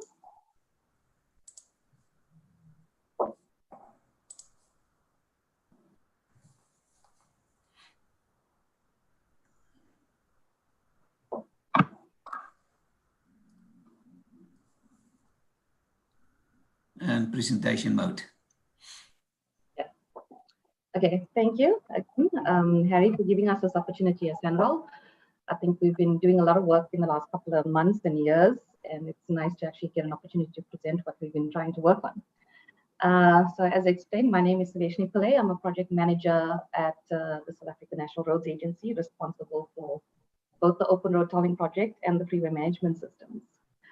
So I just want to take this opportunity also to thank Ibrahim. I think we've had a lot of work now done, and I think what's really important from my presentation and Harry's to follow is that, you know, it's SANRAL contributing now to the bigger picture. So just to show you what it looks like, where we're going, and to get a bit of industry feedback on what we're trying to achieve. Okay, so just in terms of a presentation overview, I think to say how we're moving or how using the asset that we call the transaction clearinghouse that is now the open road tolling project. And from there, where do we go? What are we adding as a service? How are we integrating it with the buzzwords in the industry? And from there, what are we offering to the industry itself? So just to take you through, I think to start off with, how are we moving from what is essentially a toll concept into a mobility concept? And I think everybody knows right now that, you know, SANRAL has what is a fully interoperable toll system, which is a countrywide toll system, one we're very proud of, where, you know, you have a single account, single system, and you can go through any toll plaza in the country at the moment using your account. And taking that kind of concept that we have and moving from a simple toll account, and then, you know, enabling SANRAL's Horizon 2030, because we have a new Horizon 30 plan, and trying to bring it all together into trying to put a bigger picture on the table. So what we try to do is just repackage what we have in the e-toll focused transport environment, or our transaction clearinghouse, and move into what we call the value added services space, into a mobility account. So in terms of that, I think it's really a matter of what in the industry, with all the buzzwords, is called sweating the asset. And how do we unlock this potential that we have that is now the transaction clearinghouse? And as you can see from this diagram here, I think we have a lot of options. And I think this is just still what we're focusing on, but there's multiple more that we can look at. And in terms of that transaction clearinghouse, what is possible in terms of the opportunities that lie there, and what can we offer and what can we do? So I think from just a holistic perspective, you know, we can look at everything from an integrated fare management collection to parking payment, to what we already have in terms of the National Electronic Toll Transaction Clearinghouse, to an APTMS platform, to access control, loyalty programs, fuel payments, license renewals, really utilizing what we have as the current footprint. So to kind of unpack this a bit more, I think let's just have a look at it. I think what we already have, as everybody knows, is the toll concept. We have a very nice SANRAL app at the moment that allows you to connect to your toll account. It's a real-time top-up payment, and you can go through any boom in the country. So it's a single account, single ticketing, a single account, single system that you can use at any of our state plazas, CT-ROMs, concessions, and including our Gauteng Freeway Improvement Project. That's already there, it exists, and the mobile app also exists for you to be able to utilize this. In terms of this, we've now added further functionalities and is considering other functionalities. So one of the ones we already have on the system or on the app is the parking payment ability. And here we utilize this account now to pay for parking at selected malls. And this really is a nice value add in terms of automated boom entry and exit and account settlement via the SANRAL app. And obviously the hope for the future is it extends to larger kind of parking areas where we're looking at the access, where you don't have to go and leave your car overnight and you don't have to worry about what payment you have to make. It can all be done electronically. Then the one that obviously we're trying hard to, or we're going to be presenting today in much more detail, is the account-based ticketing concept. And the account-based ticketing concept is one of the really nice value-add services coming out from our transaction clearinghouse. And that is an innovative pay-as-you-go fare collection system to enable commuters to use an open standard fare media to pay for their trips on different modes of transport without the need for cash along their journeys. And I think that's really the focus of today's conversation, is how do we take this concept of account-based ticketing, put it into the market, and allow all users the opportunity to utilize the SANRAL asset. Other value-added services we're obviously currently looking at is licenses. And I think for a lot of people, driver licenses and vehicle licenses is always a bit of hassle. With COVID now, we've all got this huge backlog. And the nice thing is we're considering using our customer service footprint. SANRAL currently has over 1,000 points of presence in Gauteng alone and countrywide that can be used, where we can look at booking appointments to renew your vehicle and driver licenses. And the nice thing is if this is in a mall or whatever, so you can do it when you're shopping. Then from a safety aspect, I think just to touch on it, I think a lot of people understand that with the toll gantries itself, we have the opportunity to look at something, to look at the implementation of average speed over distance. We have, before COVID and even now during COVID, have had excessive speeds on our freeways. And as we know from a safety and mobility point of view, this really is one of the major contributors to road safety, where we have high speeds on our roads. I think in essence, just over the 120 kilometer mark, you have in excess of 25,000 people a week going over that, even during peak periods. So it's really to look at looking at utilizing that kind of infrastructure as well. So there's a lot of other stuff that we are looking at, but some of the ones that we are investigating carefully right now is something as fuel payments. A cashless payment of fuel with the better monitoring and management linked to a single account. One of the benefits of having a toll account anyway has been, for fleets especially, has been that opportunity where you can manage your fleet and you can manage what's going on with your fleet, because you obviously have a bit more information when it comes to the use of the technology. And in the same way, fuel payments would work, where you'll have a single account, and especially for business and public transport to manage what their drivers and their partners are doing. Access control is also possible, where we looked at boom control access to office parks, complexes, and estates. And then possibly also looking at a loyalty program, because I think, we all, okay, I know as a woman, I like my Clicks card and my Woolworths card, and I think it works the same way. If you get loyalty points for being a loyal customer. And now this is also maybe possibly linked to something like, safe driving, public transport usage, parking, access control.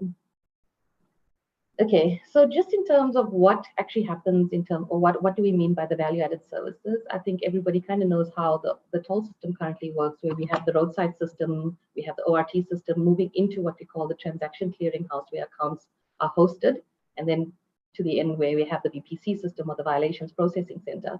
The violations processing center is obviously for people that don't have accounts with SANRAL. But really into this transaction clearing house, which is the asset we want to have a look at and utilize for this purpose, is a little subsystem that we've created that's called the VAS system. And in terms of the VAS system, it's literally a system where there's the data lake, or all the data that will come in, and all our role players that will plug into the system, and then integrate into what would be eventually one total system where we can do transaction clearing. We have a lot of external interfaces with external partners, but on the same side, we'll have the public transport operators and service providers tying into this concept. And that's where really our ABT concept comes in, where we would really like public transport operators to look at how they can integrate into the system and clear through our transaction clearing house. I think, just to get a bit of a feel for it, and Kheri will explain a bit later as well, just how it will work, where the front end store, the automatic fare collection, will still be housed and managed and procured by your municipalities and provinces, and all we provide is the back-end solution. So what is traditionally a toll account to a mobility account is the fact that we have, originally now we have a toll account. And the toll account itself is where you have your pre or post-paid toll account, and then the option to look at what would only be a transit-only account.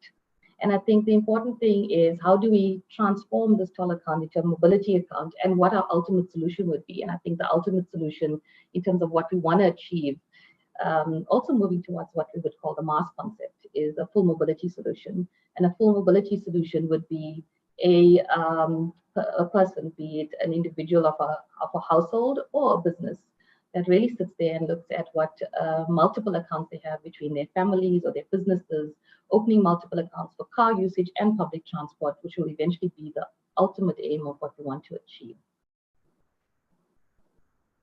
So I think just in terms of MaaS and the buzzwords in the industry, and I think, it's important to mention that I think there's a lot of buzzwords in the industry, in the world, And everywhere where we look at, there's a lot of concepts out there.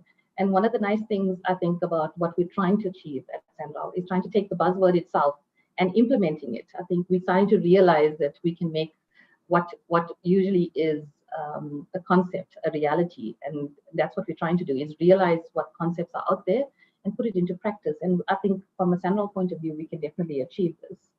So just in terms of MAS, and I think for those, I think a lot of people know the mobility as a service, but mobility as a service for us is really, the concept is the convergence of public and private transportation to provide a single integrated solution for users, and users' individual needs.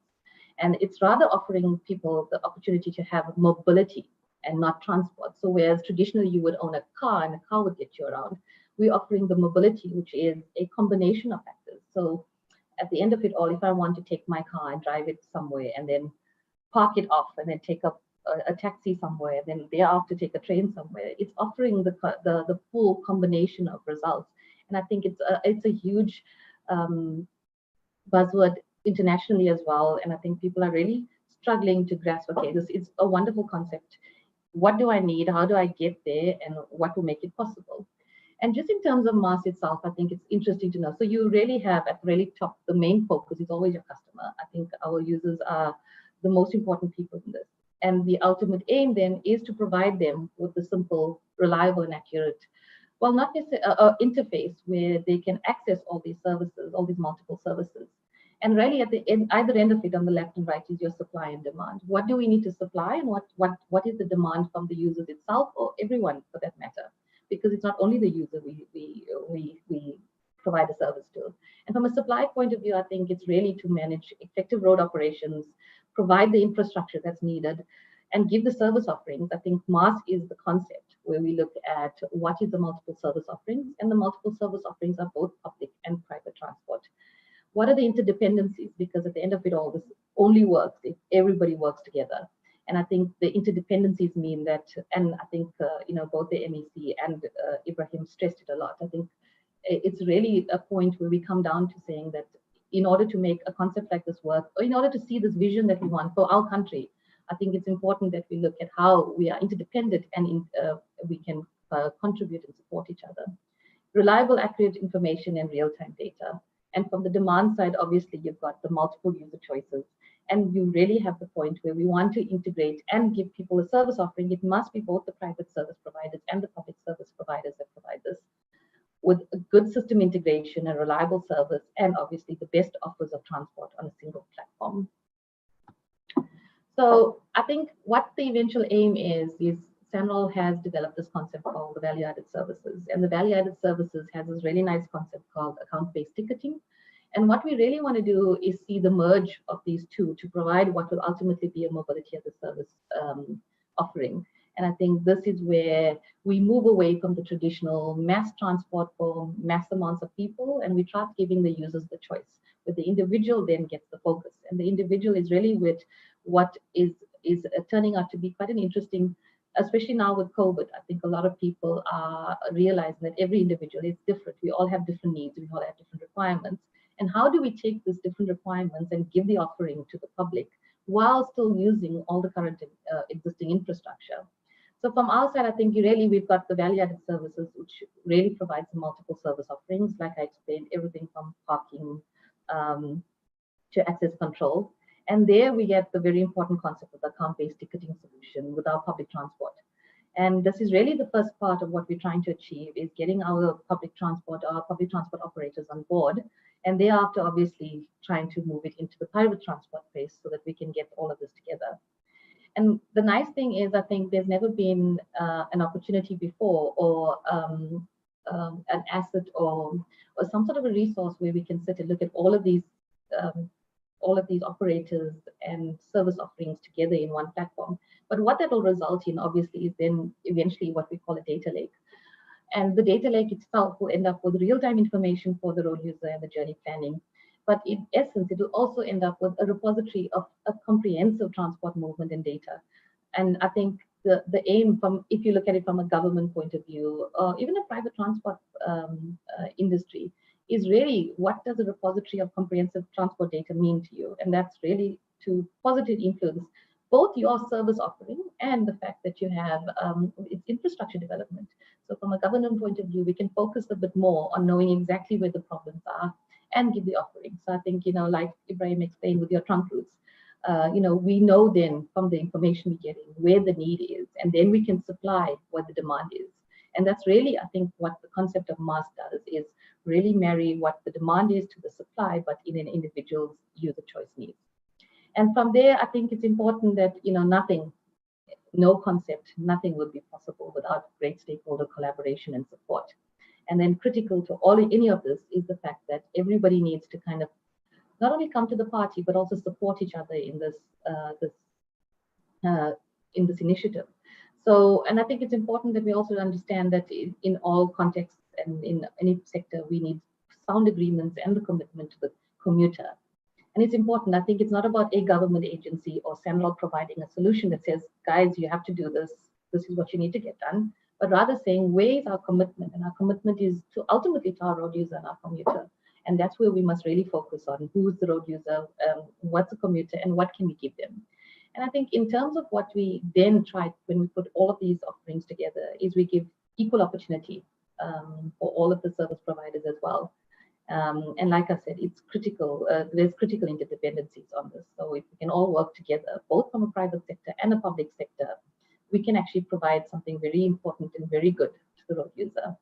And finally, obviously, the technology solution, which is the end product. The end product being the innovative use of the mobile technology applications, offering what we can to the road user and allowing it to be both user-friendly and secure, and really catering to individual needs without owning a car. So, we also then will eventually try to assist with the reduction of the ever-growing transport infrastructure needs we need at the moment, because our private sector transport requirements are growing at a frightening pace, because we cannot give people an opportunity to move aside from owning a personal car. So I think the idea is that they try to move into the sector where they can move away from having a private car. So I think the nice thing about this now is our phase one of this, so the value-added services is really the account-based ticketing solution. I don't really want to go into all of the details. I think Hiri will really take you through how everything fits into the system and where everybody fits into the system. But I think it's important to know that there's really two very important parts to this, and that's our stakeholders and our partners and our commuters. At the end of it all, from a stakeholder point of view, what we want to allow them in terms of the ABT solution or our TCH itself is easy integration into the system. So really, I think, with technology moving the way it is, you really want to get to the point where you can have a plug-and-play system. And the nice thing is SANRAL's system at the moment is fully integratable. So we are at the point where any public transport operator can come and integrate with us, because we've now done an extensive amount of work to make the TCH fully integratable. It's important that we have non-proprietary open standards. And I think that's important as well for the operator out there. Numerous points of presence. I think we will obviously try, we are busy at the moment improving our footprint. I think 1,000 going to 10,000 to eventually going to 50,000 and more is what the aim is, and that should happen fairly soon. We are in the process. And I think, if you look at it from an operator's point of view, it's really the option or the opportunity to reduce the operating costs and capital costs. Capital costs in terms of not providing dedicated points of presence for their particular system. You have a one-card system where, this card can be topped up for any purpose and any reason. And it doesn't have to be at a specific BRT station or IRPTN station. It can be at any station. But I think it's important to say, and I think to stress, that SANRAL only provides the ABT back office. So at the end of the day, the operator will still procure and manage its own AFC solution. We're not removing that portion of it, and I think it's what we do is the clearing office at the back. And then from there, I think when we move back to what the commuter can offer, what we offer the commuter, I think that's where the final aim is, and that's where the focus should lie, is you know, as government, we always try to, we service the public, we service the commuter, we service the road user in terms of transportation. What are we offering? We are offering convenience for passengers, that they can have any top-up point. Open standards, which are with open standards interoperable fare media, which means you don't necessarily have to have a card. If you lose your card, you have your phone. You have an account that sits at the back office that's not linked to a card. And if you lose the ticket or card, you still have the opportunity. You don't lose your money, you don't lose your fare. One card, any service offering, and I think that's what is the crux of the whole ABT solution. Is you have one card and you can access multiple service providers that buy in to the system, and that could be anything from rail to road to your public transport service. Convenient top-up points of presence, and I think that's what road users are looking for, where they don't have to go to a particular, travel to a particular point to get their accounts topped up. Multiple mobility account top-up methods, and I think that already exists within the SANRAL system. You can do an EFT, you can go into a bank, you can top up via your app in real time, and that's also, convenience is very important, especially for the road user now or the commuter, and the ease of use and the user-friendly options that we offer in terms of the front-end solution. So I think, not to go into any more detail, but to rather say that I think it's important that as industry, both private and public sector, we look at an opportunity like this where we do have an asset. It is a national government asset, and we actually give it a try. I think it doesn't hurt for us not to try something, because at the end of the day, it just takes a few hands on deck to make a big difference. So looking at the bigger picture, I think it's an innovative concept utilizing the existing infrastructure and its resources. But like all concepts and like all opportunities, it will not work if we do not have support from all spheres of government. And I think that's a very important concept, is where do we get, we all need to support each other and collaborate with each other. And like we said, I think Ibrahim did say, I mean, the DG has provided his support to SANRAL in trying to look at how we can take this concept forward. In that said, we also busy now with various interactions with municipalities and provinces. I think they individually trying to have them, ask their questions, see where they can integrate, see what the opportunities and where the opportunities lie. We've now done quite a few municipalities and provinces. Interfacing of the current solutions, right now we look at what the bigger benefit is, and the bigger benefit is obviously to the user and the cost savings. So I think that's very important. Aligning to the NDOT strategic objectives of establishing integrated public transport.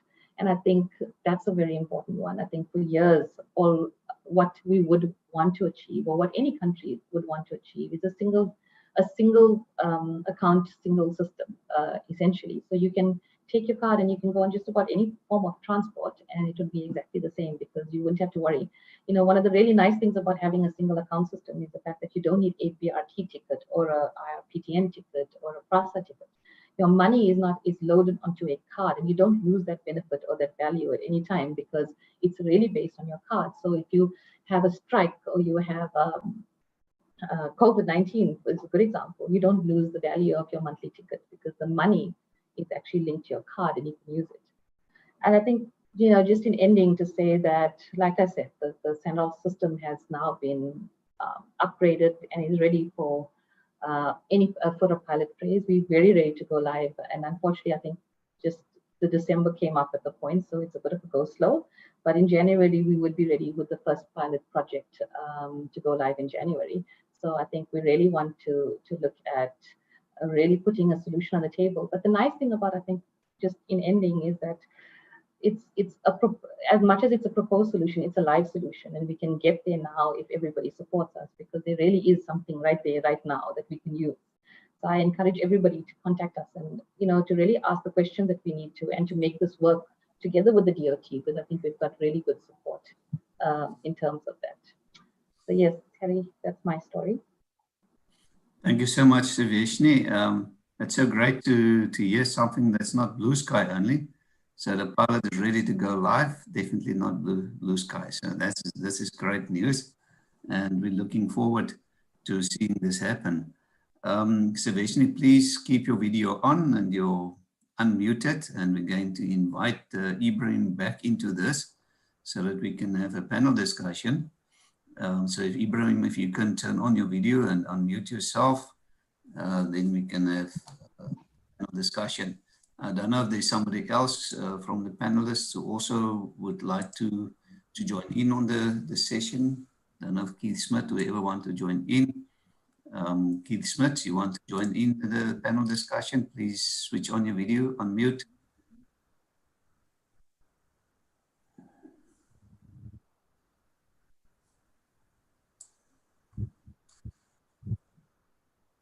Okay, but we've got Savashni and Ibrahim. Ladies and gents, now you can use the participants box and you can raise your hand so that I can recognize you and you can ask questions to the panelists. I don't pick up any questions on this stage for these panelists in the chat room yet. So let's give people opportunity to get their thoughts sorted out, and I'm quite sure then we'll have questions soon.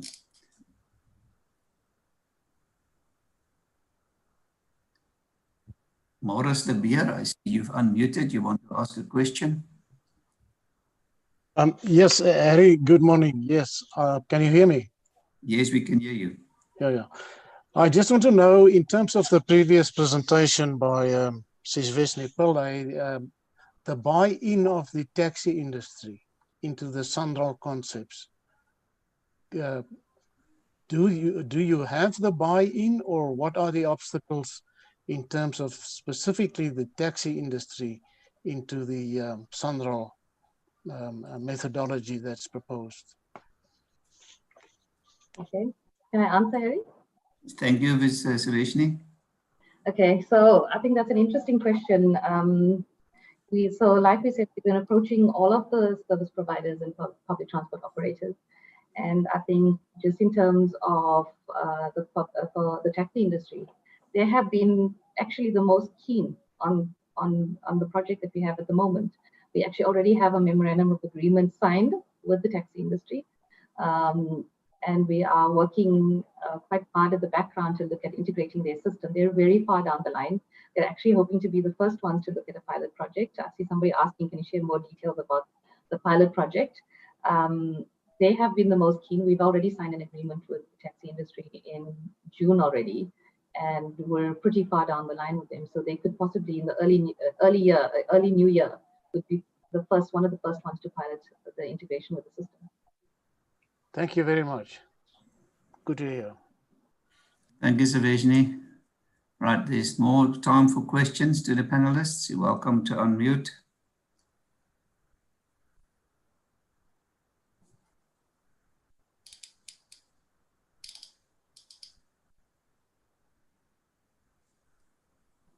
Seemed to me your presentations were so powerful that people are stunned. Well, Harry, I'll ask one. Yes, just also waiting. I think, Savashni, I think something I noticed, it's been a little frustrating the last 10 years. So we have a few like startups, you know, like transport slash like IT type startups. I think there's a couple. You know, where they take tracking data and try to, you know, map routes and do surveys with it, or generate, monitoring of bus or taxi schedules and performance, or try to create an app out of it just for user information. So they've generally, it seems like official public transport, let's say province, city, even national, they haven't really been given a foot in the door. Like they haven't been procured. It's always been like government procuring, like in the IP10s, they procured like, it's really like big local companies who are importing, you know, big like European city bus solutions, which then kind of, you know, struggle to find traction here because we don't have the same skills or conditions. So ultimately, when we move towards, say, a public transport data warehouse, say hosted by SANRAL, you know, as this evolves, how do you see? Because it would be good to kind of get some of that localized software startup / transport talent mobilized and running, even if it might not be as, you know, 100% solution like a full-on European city bus kind of IT platform, but it, you know, it could be good enough. I don't know, just from your experience of your other IT work or what, just any thoughts, or anyone else? Because I think there are youngsters, young companies, and, you know, and it's the border of IT and transport, you know, and it's kind of a good mix. But I don't think we're really deploying that through our kind of bureaucratic supply chain type processes. Yeah, I think, Ibrahim, just to say, I think we get approached obviously a lot, both from a freeway management system point of view and open road tolling point of view. We're both access to the data and the fact that people have innovative solutions. And I think our CEO also quite encourages, you know, young up and coming companies to see us like on a Tuesday. And from that point of view, you'll see that from the bigger diagram that I have presented where the VAS subsystem is, there's a little left-hand portion that says external entities. And that's really where they fit in, because I think they do have an important role to follow. We can't do everything. And I think in terms of the data and a data repository, everybody has a bit of a role to play. So there has been a lot of interactions over the years with smaller companies. We have a lot that we've actually signed agreements with, where they have access to our data and they use our data, mostly anonymously, anonymized data, but in terms of using the data to strengthen what they have in their business and then to feed us back.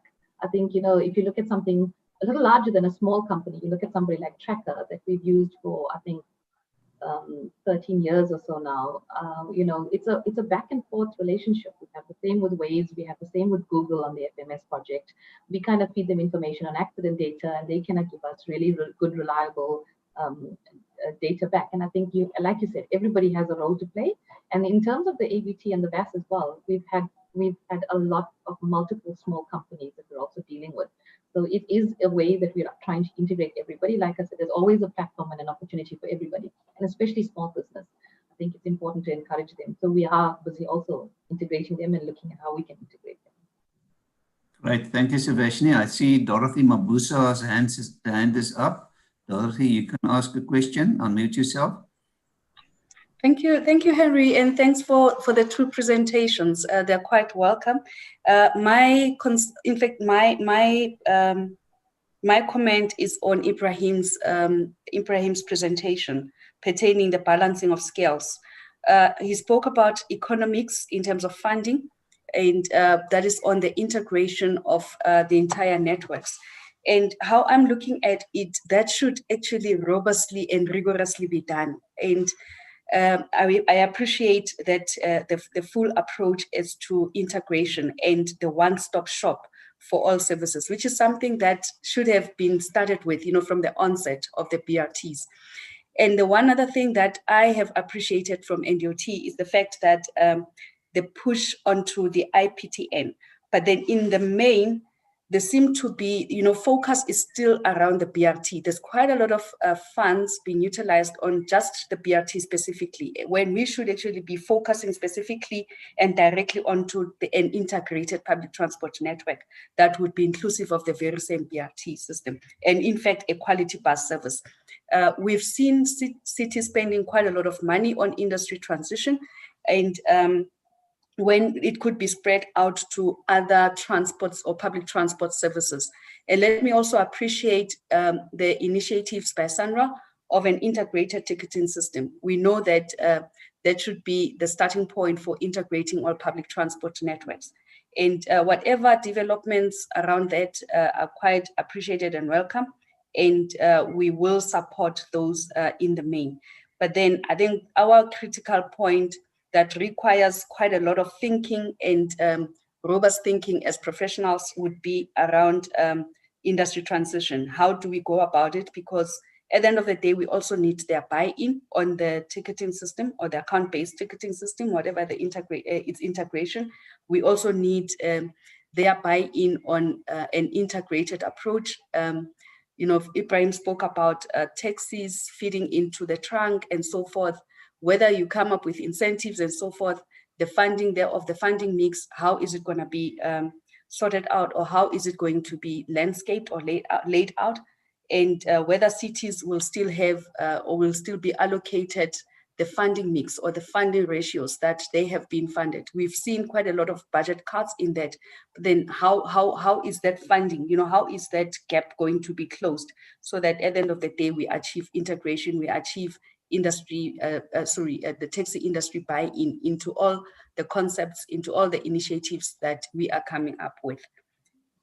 It's basically my comments, and if Ibrahim would have to answer, he can maybe outline, and he can perhaps maybe also expand on his presentation. Thanks, Henry. Thank you, Dorothy. Ibrahim and Sveshni, you guys welcome to respond. Harry, I'll take a step there. Thanks, Dorothy. So I'm really throwing it out as draft ideas, but for people to then dissect and take forward. So I think the one thinking is, so in our current context, we have to utilize existing funding sources. Let's just say, let's keep that pot. It has got to be linked to the envelope, right? Otherwise, people will just tell us we're dreaming, and and then we'll. So essentially, if you think about it, you just run the numbers on the back of an envelope. Say 100,000 taxis. Say doing some kind of integrated work. Because sometimes feeders is pejorative, but let's call it integrated work, whether you're feeding, whether you're doing off-peak trunk because you're a smaller vehicle, whether you're doing direct services, but linked to that system, right? 100,000, let's just say at R2 a passenger incentive. So you bring them, they transfer to a trunk, or they do some work where they get the passenger on a slightly upgraded system. R2 a passenger, 100,000 taxis. I think if I ran the back of the envelope a week ago, I think it was 6 billion a year. So obviously you're never going to get to 100,000 in one go, but say even if you did 10,000 a year, if you found 5 or 6 trunks or whatever, and you managed to get 10,000 taxis in, but that piece of, so that almost becomes the industry transition. There's no long drawn out middle person negotiations and paying off advisors. And, obviously it will require a bit of firmness from government, but, it might be that we kind of playing with the carrot and saying money talks. You wanted money. We say, if you perform, you'll get an incentive. So, and the performance is based on transferring passengers to formal trunk systems, whether it's rail or road. And there, the trunk can be like a redesigned municipal bus trunk that's linked to what you're calling a BRT, or say, it doesn't have to be combined, or say some of the municipal bus routes just rationalize and become a trunk route, like a more consolidated route, or even a Putco route in Soweto could become a trunk route. So then what you're doing is you're jumping over all jurisdictions, and you're not waiting for kind of, all the turf wars to kind of take 5 years to work themselves out. You're saying, consolidate into a trunk, get into the IT platform. Let's have a certain set standards where we offering the customer a certain proposition, and then we're saying, okay, we're getting integration, and we subsidizing it or incentivizing it through carrots, right? And 100,000 taxis, say, carrying 10 million a day at R2 a passenger, I think comes to 6 billion a year. I must just run those numbers again somewhere, which is in our ballpark. So currently, say the PTNG would say the additional infrastructure funds Cape Town got from the Treasury for the budget facility for infrastructure grant, say is about 6 billion. PTOG is about 6, but let's say, I'm just, you can run some envelope numbers. Let's say half of that is pure urban or semi-urban, Golden Arrow in Cape Town, Durban Transport in Durban, little bit of Ekurhuleni bus service, little bit of Joburg, a little bit of, some of the urban linkages in. So, if you took that part, that urban part of the PTOG, if you take the PTNG part, and even some of the rail part, because a lot of passengers are, transferring onto rail as well, or from rail, you've got enough of a pot, as long as it's utilized super tightly, super effectively, going to operations, going to incentives, the money's got to incentivize. Otherwise, it's not being used well. It's just being wasted. So if it incentivizes performance, then we could leverage of it. And then I'm sure at some point, if that's proven to work, I'm not saying 100,000, but say you could get 10,000 working, you know, with a passenger incentive, and then there's these trunks are sprouting up. And by trunk, I mean, you know, it doesn't have to be a BRT trunk. It can be just a service that's, say, got 6 buses per direction per hour, or 6 vehicles even, you know, appropriately sized. So the industry transition becomes a transfer incentive. And that obviously you negotiate and you can haggle and all that, right? But at some point you show, and then on top of that, the IT system, you know, via the SANRAL TCH and data warehouse can be fully transparent. You know, obviously to a point, but anonymized and that kind of stuff, but transparent. So that's the other thing of building trust in the industry, in the taxi industry especially, is that if everybody knows what everybody else is getting for whatever everybody else is doing, then it becomes totally transparent. But now there's a whole lot of rumors, mistrust. Those ones are being treated. And you know, the first thing the industry will say at any kind of major forum is, government, you're trying to divide us. You know, and that's always a code for saying your initiatives are landing differently in different parts of the industry, or you kind of, you know, and from some of the international lessons, there's in the informal sector is not the same. There's different levels of risk appetite. There's different levels of entrepreneurship. Even the Colombians, when they visited here in 2008 to kind of look at partnering with the Reavaya Soweto taxi operators, were saying stuff like even in Colombia there was a subset who they called traditional entrepreneurs or something, you know, and they would try to then, those became the kind of more aspirant new, call it BOCs or whatever. So that's for that side. So maybe we can find a way to short circuit long, complex industry negotiations. There's still the trunk side, but there again, it has to be done in a very, I think, clarity, transparency, getting messages down to the ground, giving people performance incentives, and maybe some kind of consolidated super technical agency that could, well, let's call it the SANRAL or public transport implementation, not policy, not planning, because that's still with the constitutional delegated bodies. I think that could be the idea, but I'd like it if maybe people could flesh it out, and just, you're welcome to email me or something, you know, where you think this thing could have legs or not, because then I'm wondering how far to push within the DOT. But I think it's something, you're trying to say, okay, do we spend 5 years building up enforcement capacity? Do we spend 5 years building up planning and data gathering capacity? Do we spend 5 years building up operating licensing, administration, whatever? Do we spend 5 years trying to entice the taxi bosses to, you know, allow any initiative in their area? And are there ways to short circuit that? Because now Treasury and the outside non-transport stakeholders, you know, even the public, are saying, you know what, the ground is moving from under your feet. You know, things are changing, right? COVID's one, technology is changing, behaviors are changing, urban forms changing, urban development, malls are spreading, this is spreading, mega housing projects, and you're not responding. So how do we now catch up and then get ahead of the game? And I don't think we have 5 years to waste looking too inwards. So I think somehow my hypothesis is try and tap the incentives in the market there already, tap those energies. And if somebody can think of better ways and more creative ways, more realistic, practical ways, that's perfectly fine. As long as, I think it's a bit of like moving at speed is the key, but thanks. Thank you, Ibrahim.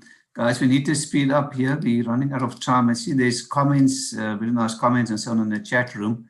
There are people asking, Siveshni, can you please share more details about the pilot project? Yeah, I think, Harry, we will eventually share it. There's a multiple public transport operators we're busy with, so we will announce which is going to be our first pilot project. I think we just don't want to put anybody in a bit of a predicament. So we have about 3 that we're very keen on in the early new year. And hopefully we can do maybe possibly all 3 in the early year. Thank you, Siveshni. There's Frida Ntumbeni is asking this interesting question. It's a challenge to e-tolling and getting people on board. How do you think you're going to get this mobility as a service? Are you going to get people on board with that? Maybe some comments on that one. Okay, I think, you know, we try hard to say that we must leave the e-toll argument separately from from the mobility as a service argument. And I think it's important to know that the e-toll argument is really sitting at a cabinet level. So it's important that we try to kind of separate it from the fact that what we're offering is a use of the asset. I think the important part for me, and it's probably how we should end, to say that there is an asset. There is great value in what we have already created in terms of the toll project. And the asset is being put on offer for everybody to use. So I think it's only as good as the commitment from the industry. And I think that's what SANRAL's really doing, is saying, here we have an asset. We are welcome to look at what options we have. We're giving you how good the options are. So let's all try to find some way and commitment to work together to support each other. I think the mobility concept is something everybody, irrespective of whether you like e-tolls or don't like e-tolls, I mean, it's something that we all envision for the future, especially as public, government. It's something we want for every road user. So I think the opportunity lies there, and the commitment and support comes from the people out there. So I think it's really for us to spread the word and to try to commit to doing something good, and we can do something good with the asset we have. Thank you, Zaveshni. Is there anything else you want to add as closing comments? No, I think that was a good closing comment from me. I must leave it there. Thank you very much. Ibrahim, any closing comments from your side? Harry, yeah, just one. I'm just quickly on my calculator saying 100,000 times 60,000. Yeah, that's 600 million, right? No, that's wait, no, maybe I did it wrong. No, that's 6 billion. Yeah. So in theory, I think just I mean, just ignore the detail if you don't agree, but just play with that number, right? 100,000 taxis doing something on a performance basis. Say potentially, if the driver and owner share 2.5 a month, then it's 3 billion. But if they shared 5,000 a month, then it's 6 billion. And could we align the current envelope to find a phased in but strategic 5-year citywide type system, utilizing technology to track performance, but also incentives for the private operators to work positively to serve passengers? I think that's really the heart of it. And if somebody can come up with some real attacking ideas to really get going, I'm all ears. Thanks. Thank you, Ibrahim. Really appreciate your presentation and sharing knowledge. Zaveshni, thank you very much for your time. Hopefully you guys can stay online, maybe also partake in a panel discussion later on. It will be great. But for now, thank you very much for your presentation. Really appreciate your time and sharing your knowledge with us. Thank you very much. Ladies and gents, we're going to take a short break and around about 10 minutes. It will take us to 11:30. I'll put a timer on the screen so that we can see when we start again, and then we'll have our exciting second half of this event with 3 presentations. So grab a cup of coffee. See you guys soon.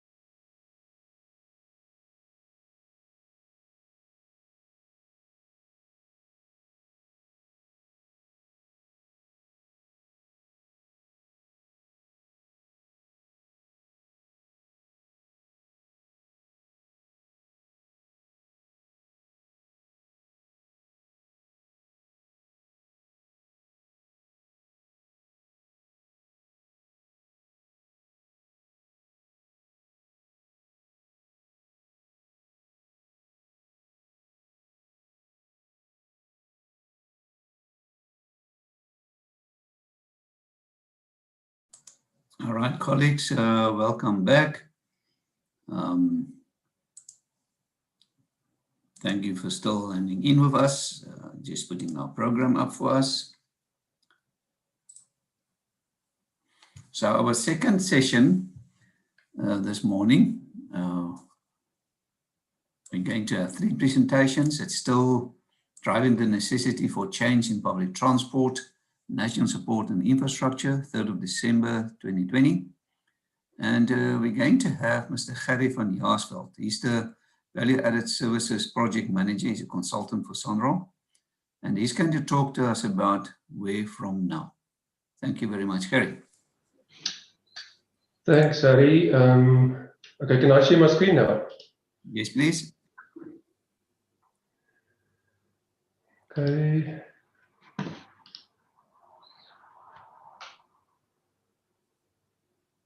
Did that work? Perfect. Thank you, Gerry. You can continue. Okay. Yeah, thanks, Harry, for the introduction. Good morning, ladies and gentlemen, really. So, my name is Gerry van Jaarsveld. As Harry said, I consult to SANRAL and the DOT, and we work with and on the SANRAL VAS projects. But my presentation will talk to some of the items that Saveshni and Ibrahim spoke about. So there might be a little bit of repetition, and then we're going to take a view of what's ahead of us and what are we aiming at, and what are the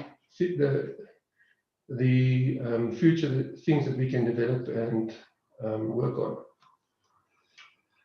Okay, so to do that, just briefly, we'll look at what's happening in the automatic fare collection space in public transport in a moment. Some of the strategic objectives that transport operators and transport authorities strive for.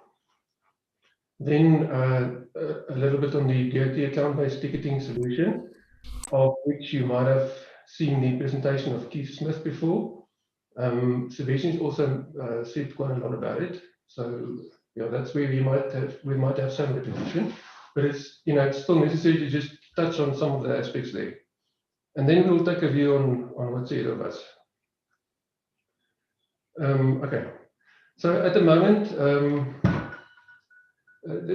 all the major metros, City of Tshwane, City of Joburg, Cape Town, and eThekwini have all implemented some sort of version of BRT with EMV-based automatic fare collection systems, and some of them even with operator-specific issued or operator-issued single-trip solutions. That's what the current regulations require, and that's what's been implemented at most, at all the large metros. The DOT is currently working on amending that regulations to promote or require the DOT ABT solution, while still keeping acceptance of bank-issued EMV fare media or EMV cards. Okay, so at the metros, even though they implemented EMV, they quickly realized that it's quite an expensive solution, and they opted to rather go with transit-type product solutions. So each one creating its own transit products, selling points, and then using the points to redeem fare or for trips. The problem with those systems is we'll look at that a little bit later. One of the problems is that those systems are quite proprietary, so you cannot use those points that you bought at a specific metro at another metro or on another transport service. Another problem, which is transport authority specific or operator specific, is they lock themselves into a vendor. So they use a specific vendor solution, which then forces them to use that vendor for a long time until they have to replace until the system must be replaced. In the end, you have a number of systems with no interoperability between them, even though this was the intention of EMV. Oh, there you go. Okay, so what went wrong with EMV? EMV turned out to be very expensive. There's a lack of points of presence where commuters can top up their fare media or their EMV cards. There's a low cost to a commuter if he wants to make a top up to his card. So that's what, as I said, public transport operators then prefer to rather implement or make use of interoperable transit products, which comes at a low cost to both them and the commuter, but you then lose the interoperability. So what was achieved in the end was a closed loop system with non-proprietary interoperable standards, which is actually quite the opposite of the intention of the MV when it was, when it was launched. Okay, then the objectives that a typical public transport service or fare collection part of the transport service will strive for is also the ones that the SANRAL system and the DOT ABT system that SANRAL supports is aiming at. So the first one is fare media integration. So there we look at one interoperable standard for fare media for all public transport services.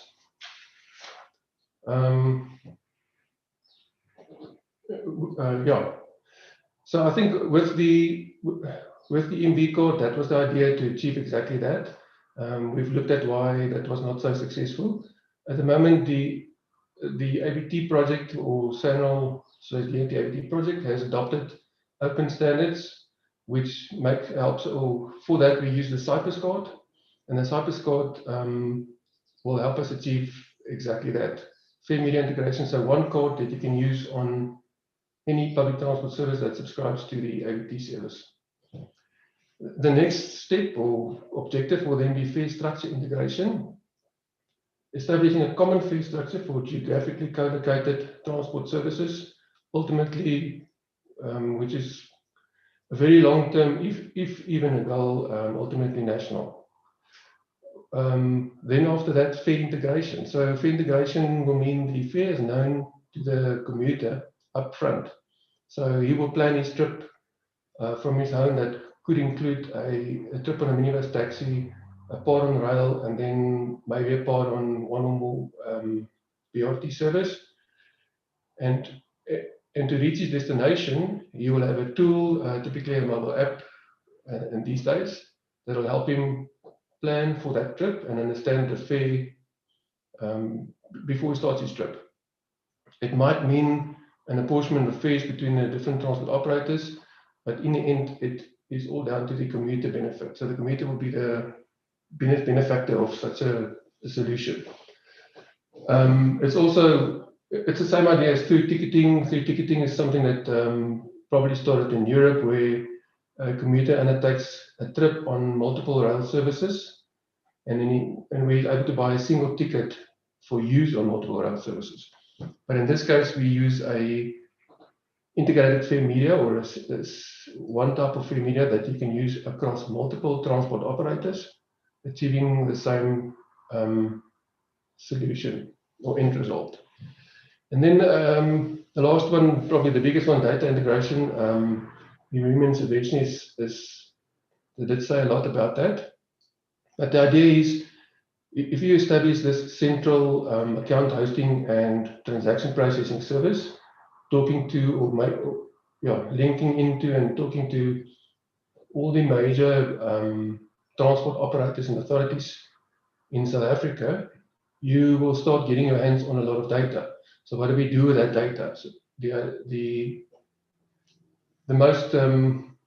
biggest advantage that you can derive from the data is to combine it in the data lake, add value, using the data to create value adds, and then give it back to the industry. So help the industry to improve planning, to improve networks, etc. So, but we'll look at that a little bit more later. The obvious question then is, why did we decide to look at account-based ticketing for the solution?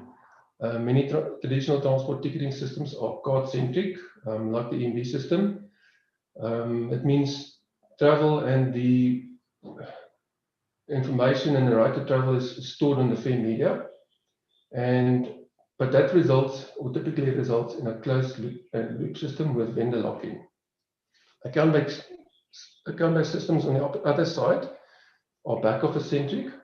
All the information, travel information, user information, trip information is stored in the back office, the decision to allow a trip is based on using information in the back office, and these are better suited for open loop systems. So that's one of the big reasons that why we started looking at account-based ticketing. It creates a greater degree of convenience for the commuters or the passengers than a closed loop system, and also than cash-based systems, ticketing systems. On top of that, it will save transport operators money. So what the DOT and SANRAL is doing with their account-based ticketing concept is to create a fully interoperable transport fee collection system that uses open standards at both the public transport level and the back office level. And in the back office level only provides account hosting and transaction processing. So there's no expensive clearinghouse that does transaction clearing and multilateral agreements, etc. So all ABT transactions are then validated and processed in the back office, and the right to travel is managed in the back office. And the fee media is merely a token that links to the back office. And that's exactly the type of solution that the DOT and SANRAL has adopted. Just to look at that DOT and SANRAL ABT solution, which is, by the way, not a true ABT solution because we also store some information on the card. So we refer to that as a hybrid ABT solution. But it's account-based prepaid fare collection product for AFC. The card holder has a prepaid mobility account that's hosted at SANRAL, and then a fare collection transaction is then just a claim on this prepaid deposit that's held in the back office. The card holder is anonymous or can be anonymous, or else he can elect to register his and personalize his account. To promote that, obviously we'll use incentives, or transport operators can use incentives to promote the registration of accounts. In the end, it will be right now, but in the end, it will be a fully auditable system.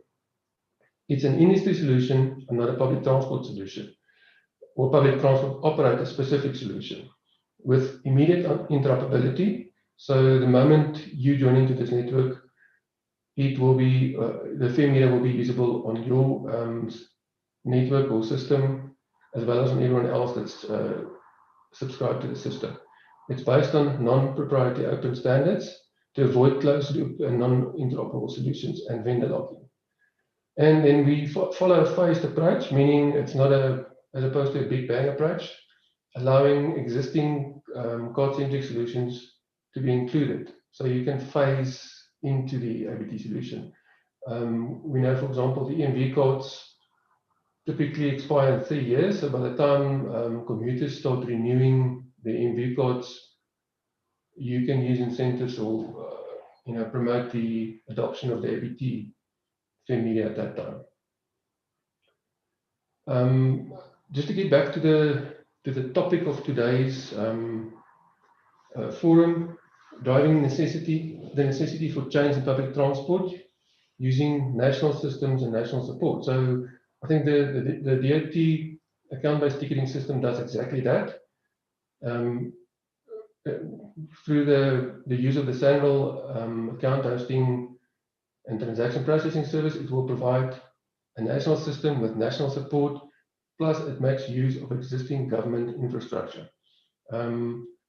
As Exhibition explained, SANRAL extended the ETOL-focused system to include the implementation of a public transport fare collection solution. And in the end, I think this is one important aspect of the solution is SANRAL only provides the ABT part or the ABT back office part of the solution. And everything else to do with the fare collection side of a system or a transport network still remains with the transport operator. So he still has to get his own vendor. That vendor must still set up and operate an AFC system. The AFC system merely links to the SANRAL ABT system and use it as, let's say, another means of payment available to the commuter. So the SANRAL TCH, which is the part of the SANRAL system that we use for ABT, provides account hosting and transaction processing to the public transport industry. Okay, so initially I did not plan to talk about this part of the detail, but I think Saveshni suggested that I just spend a little bit of time on this in her presentation. So I think the important thing to realize, or the message to bring across, is that two parts: the commuter obtains fair media or some type of an identifier, and we'll later on in this presentation look at what are the other options. He links that identifier to his account that's hosted at SANRAL, and then as soon as he's funded the account, he can then use it to undertake trips or pay for trips on any transport operator that has implemented this system. The transport operator has his own fully fledged AFC system that links into the SANRAL ABT system. And then on the right-hand side, the other message that we would like to bring across is the SANRAL system brings with it a large number of existing points of presence where users can top up their mobility accounts, which is another important pillar or building block for a successful fare collection system. Is availability of points of presence, or the availability of convenient points of presence for the commuter to make top-ups to his account.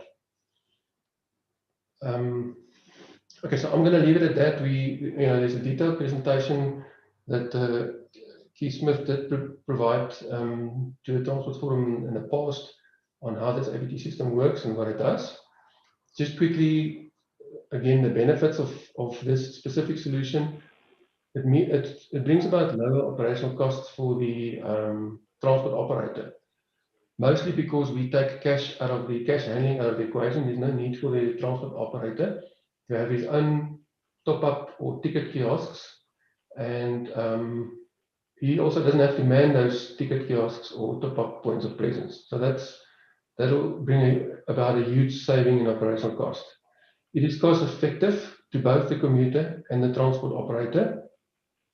It creates an improved commuter experience. The commuter is in charge of his own account. The commuter has access to that account through various call centers, websites, and a mobile app. The system brings immediate interoperability, as we explained previously. There's a simplified sales infrastructure, basically through the points of presence that the SANRAL solution brings, plus with the model allowing transport operators to establish their own super user and sub-user network that can also accept top-ups. Then ABT can coexist with more traditional systems. As we explained, you can, at your own pace, migrate from the card-centric system to the ABT solution. And then it's easy to access the travel history for commuters, and there's no need for an expensive clearinghouse infrastructure. So government doesn't have to establish central clearinghouse at huge cost. And that's because the DOT ABT solution through SANRAL provides account hosting and transaction processing service.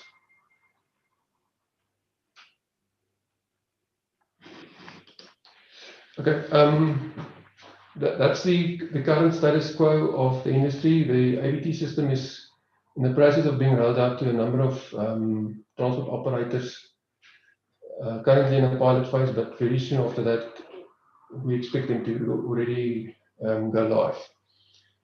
But where do we go from here? I mean, what's ahead of us or for us now that we have this system? As you now probably heard many times, it all started with the mobility accounts. The SANRAL has transformed its e-toll account hosting system to a mobility account hosting system. So this mobility account created a platform for a multitude of transport-related and value-added services. This system gives us immediate interoperability or interoperable fare collection. And as we mentioned, we're in the process of already rolling out that to a number of transport operators. The mobility account, or the e-toll account hosting services, by the way, has been operating for over 10 years. And it's been quite successful. I mean, as Saveshni explained, it's currently serving the toll industry very well. Then the extensive points of presence that we spoke about before. SANRAL is an extensive network of top-up agents that commuters and users of all these value-add services can use to make deposits in their mobility accounts. That's again another example of utilizing national infrastructure for a national solution and giving national support to the solution. The DOT in SANRAL is currently working to expand this network of points of presence to improve the availability of top applications, specifically closer to, to the transport operators' networks, to create improved convenience for commuters. Okay, then another idea that we currently developing, but at the moment it's still only an idea.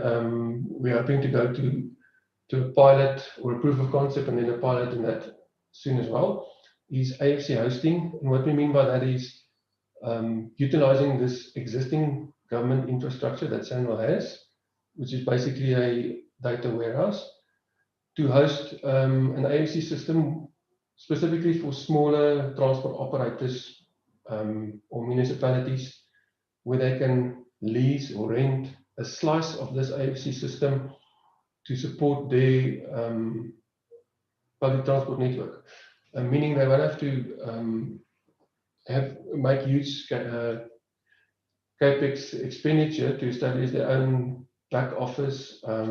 They merely have to buy the validators, link the validators into an integrator or aggregator that will then link to the AFC hosting service, which could be at SANRAL or even hosted in the cloud somewhere. But at the moment, we're looking at utilizing as much of the existing infrastructure as we can. But that's something that you might hear about more in the near future. Another concept, well, this is not a concept. SANRAL currently has a mobility app that provides users access to all these value-add services that's been created. It includes parking, it includes the AVT system in its pilot stage. It also includes access to the toll services. Obviously, access to your mobility account. So this mobility app uses an API to talk to the SANRAL system, and we are looking at ways to make that same API available to third-party applications, allowing the smaller technology companies that Ibrahim referred to, existing transport operators and other existing fare collection vendors to build or use their own apps to link into the SANRAL system, thereby supporting their specific deployments or solutions. Another idea in the same space is to look at making the SANRAL app available to be white labeled by a specific transport operator. Number 6 on the slide, then the full mobility account. I think Saveshni had a slide on that, but basically what we're looking at is moving the mobility account not only to a point where it supports public transport services, but also all the other VAS services. You will then be able to link not only the public transport fare media or the PAN of your public transport fare media into your account. I think I have a slide on that in the next. But also other identifiers, because this slide does not show that. But yeah, so with the full mobility account, you'll be able to link in multiple identifiers into the same account.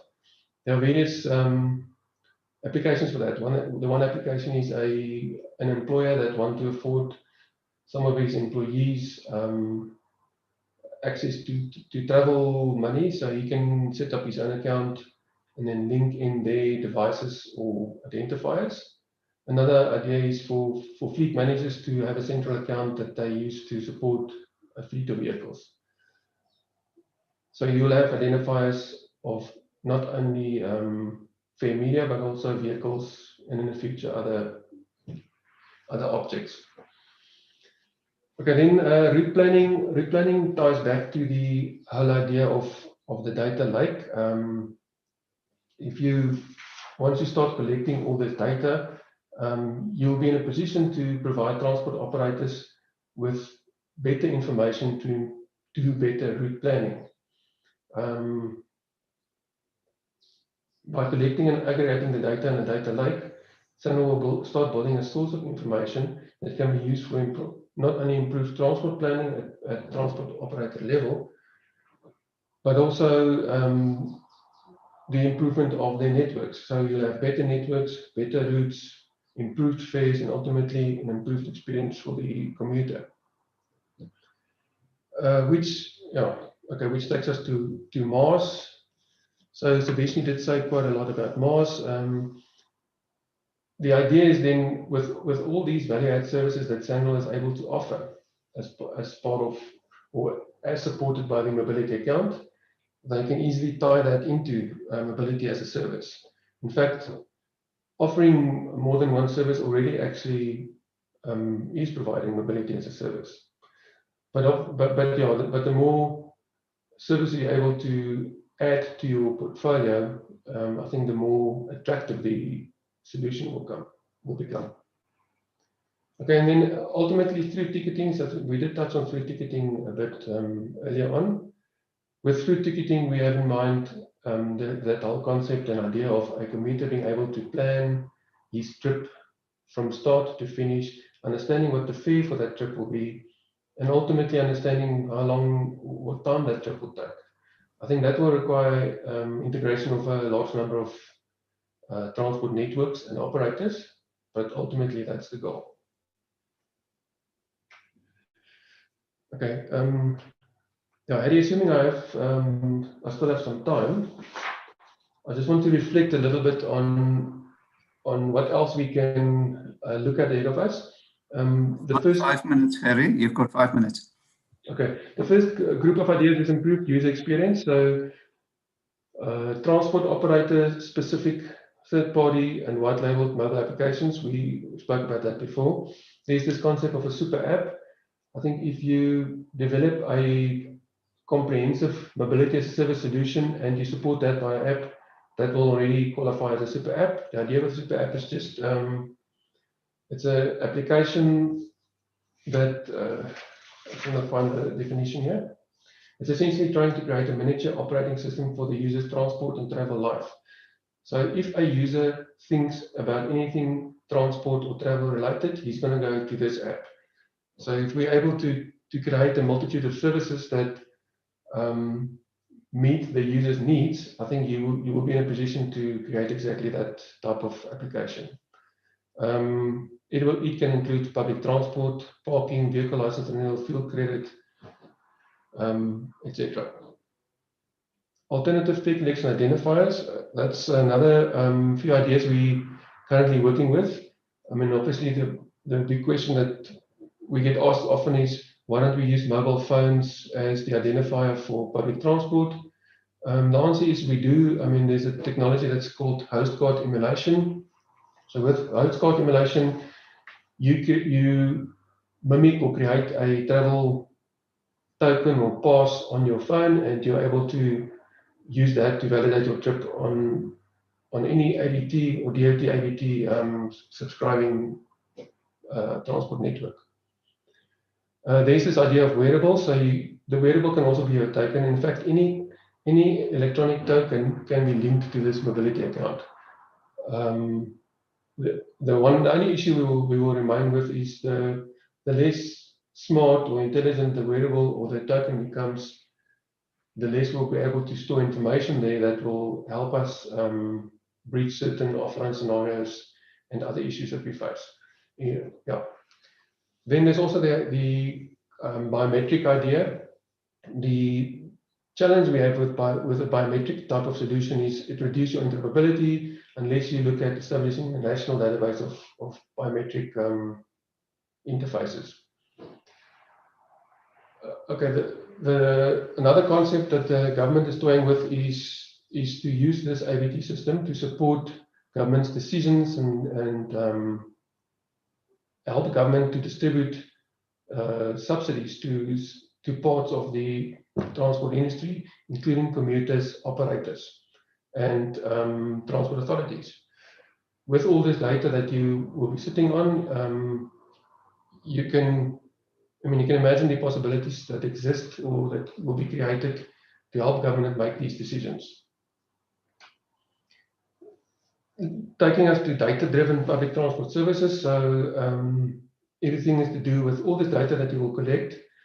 If you store that in a data lake, you will sit on public transport information, passenger information, operational information, and you can use that to improve integration with other ITS systems. You can use that to better understand commuter travel patterns, commuters' mode of preference, use that to link fare structures with travel patterns, in the end, improve accessibility and mobility for everyone using and accessing your transport network and services. Okay, so yeah, I'm just going to skip through this slide.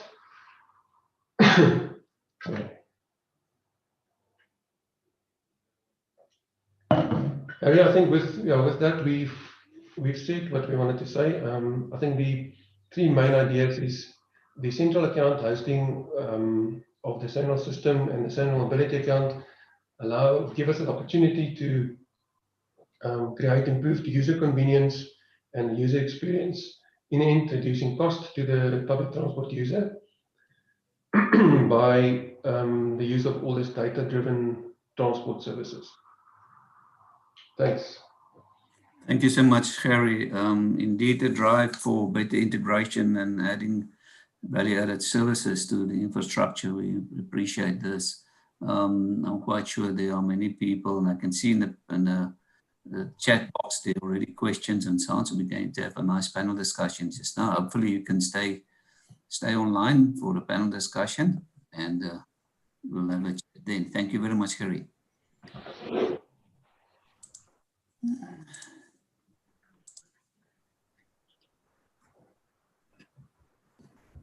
Ladies and gents, our next presenter then is Mr. Michael Hart. He's a CRO for Cuba. Been a gold sponsor of this Transport Forum for more than 3 years. And he's going to talk to us about Behind One Ticket for All. Thank you, Michael. Hi, Harry. I've got a message up saying I can't share my screen while another participant is sharing. You should be able to share now. I will try. And here we go. Is that working? That's working and it's perfect. Thank you. Perfect. Oh, sorry, coming. Okay. Good morning, everybody, and thank you to Harry and the Transport Forum for both arranging this event and for the opportunity for me to present to you. I'm a little bit nervous, actually. I'm a bit rusty after 8 months of lockdown, and normally during a presentation I jump around and talk. I jump about and walk about as I'm presenting. So please bear with me as we go through this presentation deck. For those of you that don't know Cuba, we're a level 2 BE based business. We're based in Johannesburg, and we used to be VIX Technology South Africa. We specialize in smart payments for mass transit and all forms of public transport services. And as part of that, ultimately South African owned ICM Mobility Group, we support more than 200 transport agencies and operators in more than 200 cities and regions worldwide. There's been a huge amount of talk this morning about concepts and trials surrounding account-based ticketing. Account-based ticketing and modal interoperability is not new. It's not a concept, it's a proven solution.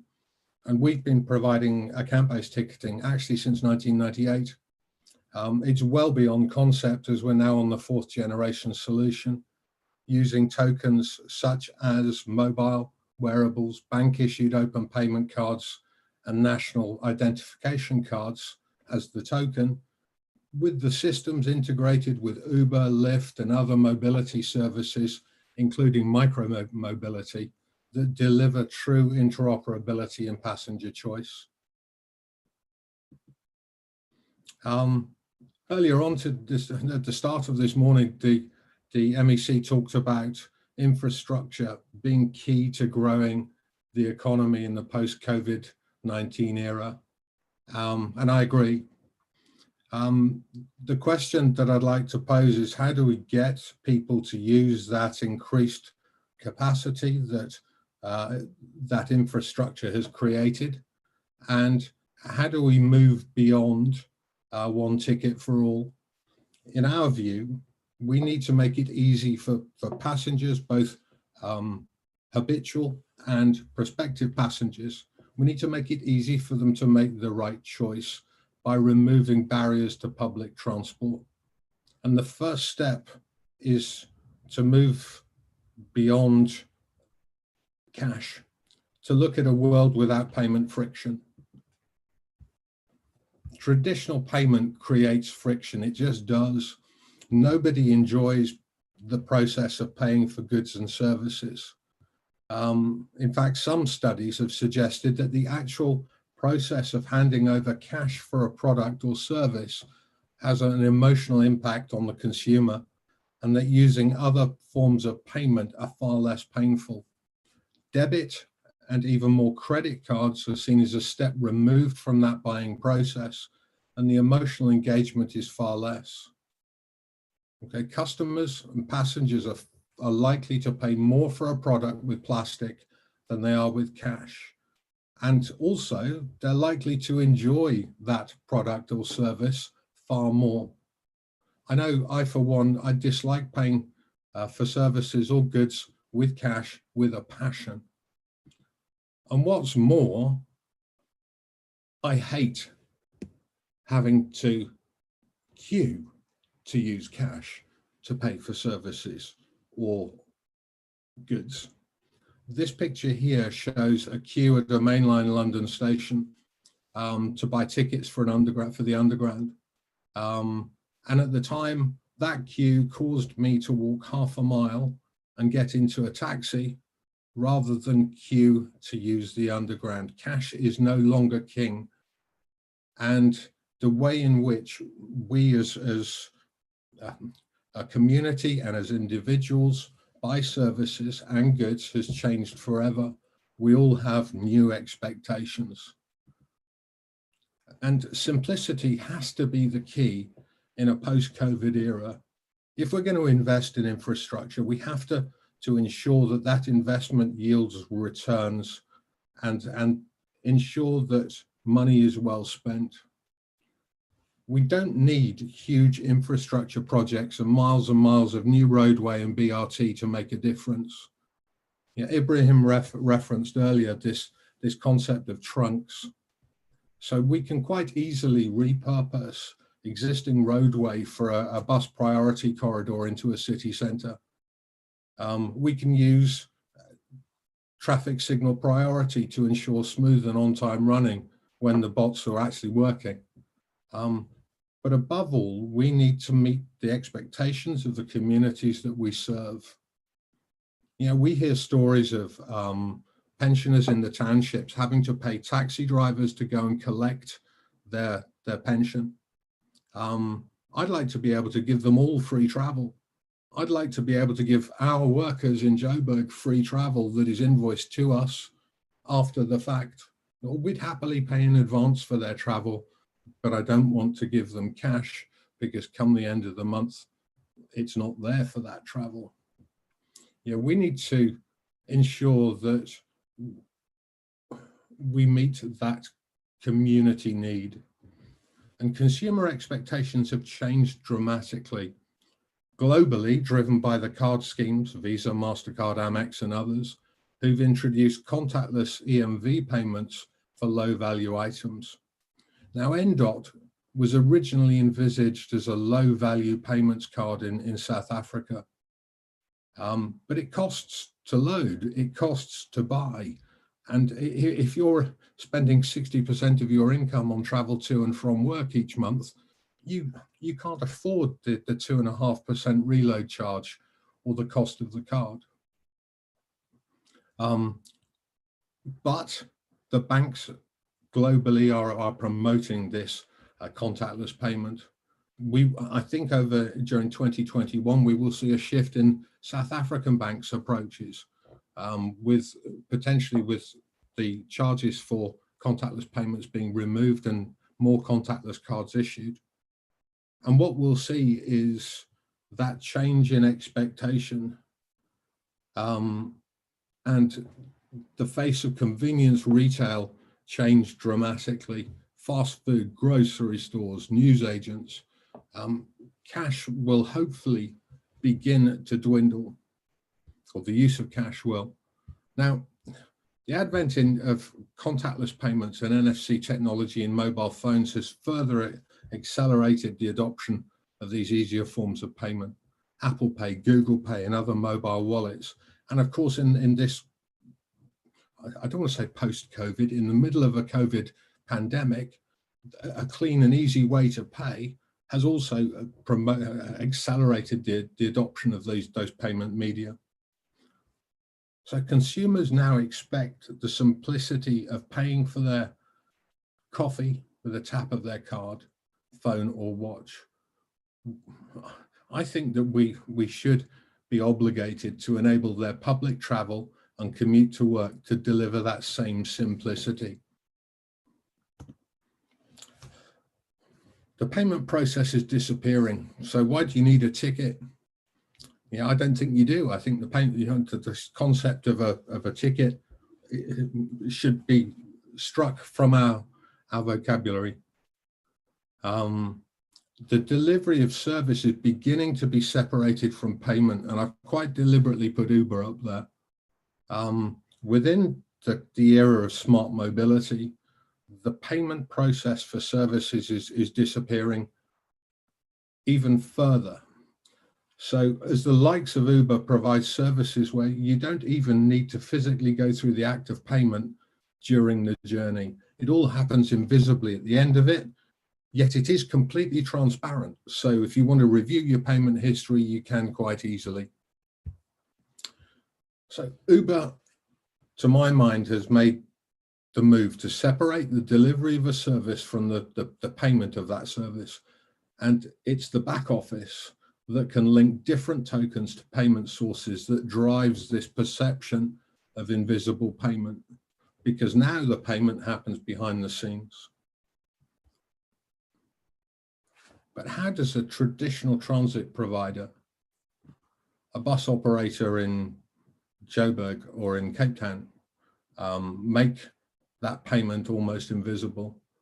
Well, the adoption of account-based ticketing and open contactless EMV payments are good first steps. But let's address the following question. So how can account-based ticketing and open contactless payment add value and deliver a change in public transport performance? And I'll take you through a quick example. No, it's not going to be London. I'm going to use an operator in the UK, which is Stagecoach. Now, Stagecoach runs 8,500 vehicles across 220 depots, and they've got 22 operating companies all over the country. They rolled out a contactless EMV solution, open payments, linked to an account-based back office. And what they immediately saw in the first 12 months after rolling it out was an increase in passenger satisfaction. In fact, for the first time, they became the highest rated of the big 5 operators in the UK. Okay, so that's a big tick. Passenger experience improved. And remember earlier on in the presentation, I talked about how I hate cash and how I will pay more for services and enjoy them more if I can pay by card. Well, Stagecoach increased their fares as part of the EMV rollout. And despite that, they were still rated as the best value of the major UK operators. Okay, so they increased their revenue as a result. And what's more, they improved their operational efficiency. Because of reduced dwell times, with our drivers not having to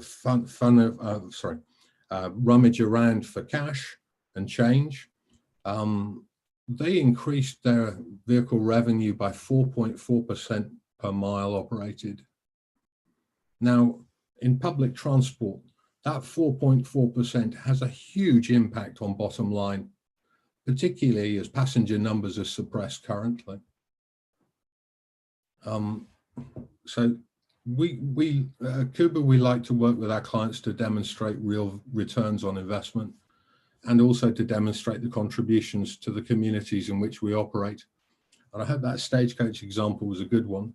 Another one is a solution that we've got in Limpopo, which is a monitoring system that covers quite a large number of vehicles. But the key for me is that system is self-financing to the agency because of the efficiencies it delivers.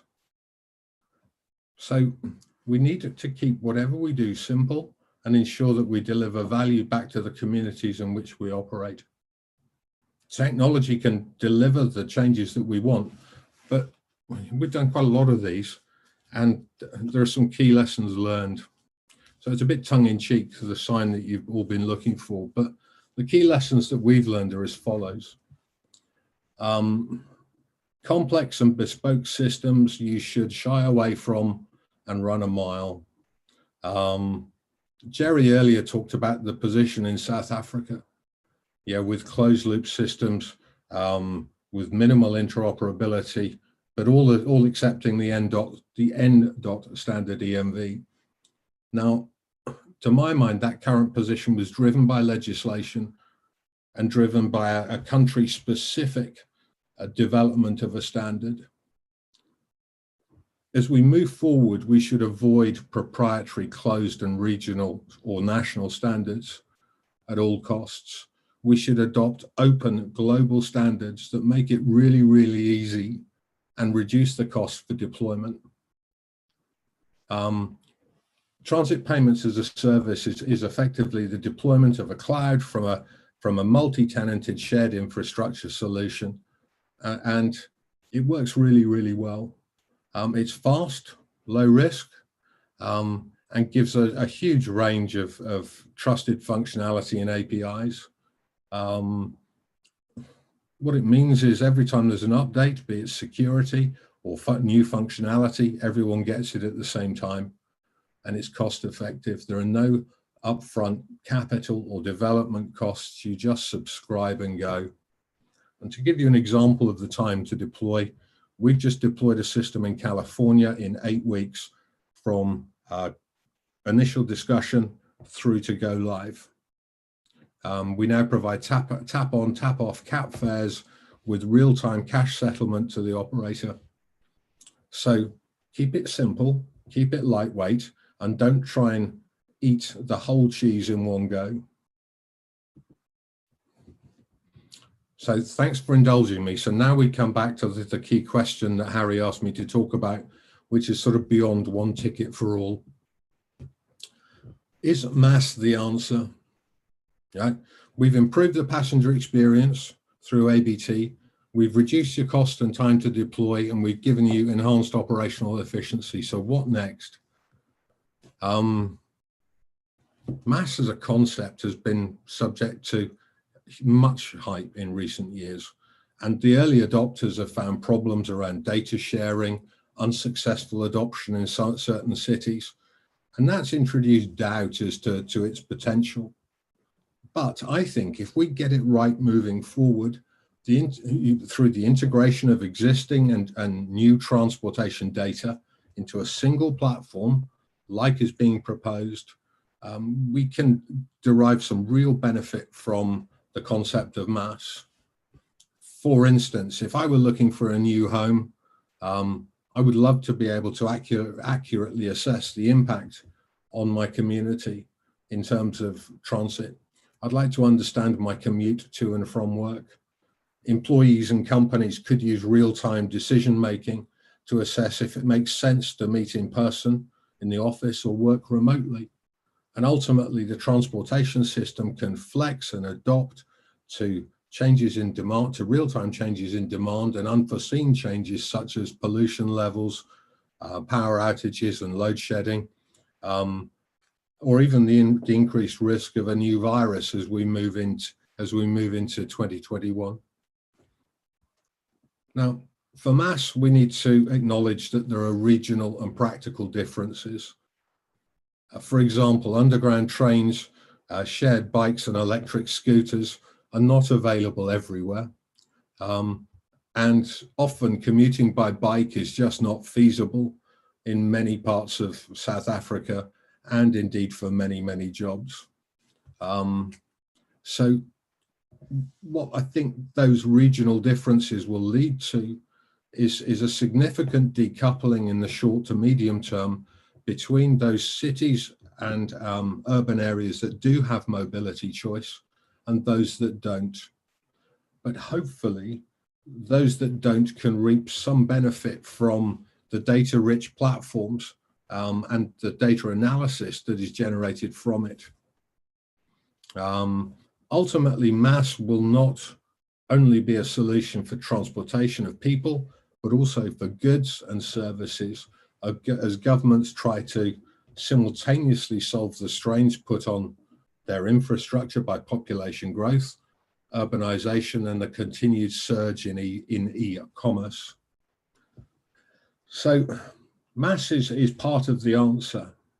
So as we move beyond that concept of a ticket, and we look at being able to easily pay and access goods and services, MAS will help enable us to increase the capacity of the existing infrastructure that we have or that we are planning to build. But what then? As the Minister and other speakers have stated, we need to ensure that our infrastructure and systems are ready, not just for today or tomorrow, but the future as well. So self-driving cars and delivery robots and shuttles are already driving out of labs and onto streets to help deliver food, goods, and medical supplies.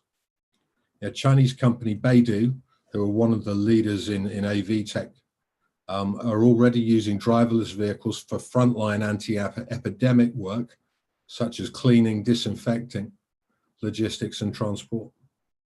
And in the US, for the first time, AVs are being used to transport medical supplies and COVID-19 tests in Florida. And scarily enough, full-size driverless buses are currently under test on UK roads. So the future beyond one ticket for all and beyond COVID is really, really exciting. Together, we've got an opportunity to make a massive difference to the lives of those people that we ultimately serve. And Kuba would love to participate in that journey with you. Guys, thank you. Hopefully I've caught up a bit of time, and I wonder if there are any questions, or Harry, if you want to do questions after this. If so, I'll conclude. Michael, thank you so much. Would you be able to hang in for another 20 minutes? Then we do a panel discussion. Absolutely, I'd love to. Thank you so much. Thank you for one ticket for all. I think it's very relevant for today's topic, and I'm quite sure the audience looking forward to engage with you in a panel discussion just now. Thank you very much, Michael, for your presentation.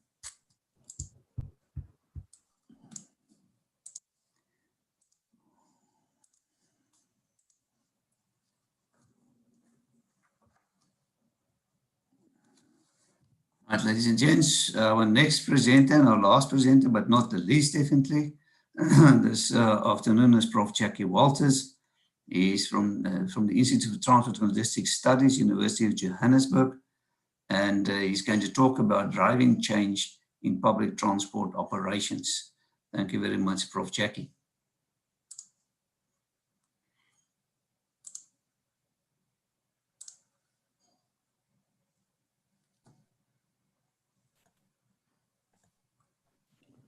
Good afternoon, Harry. Good afternoon, conference participants.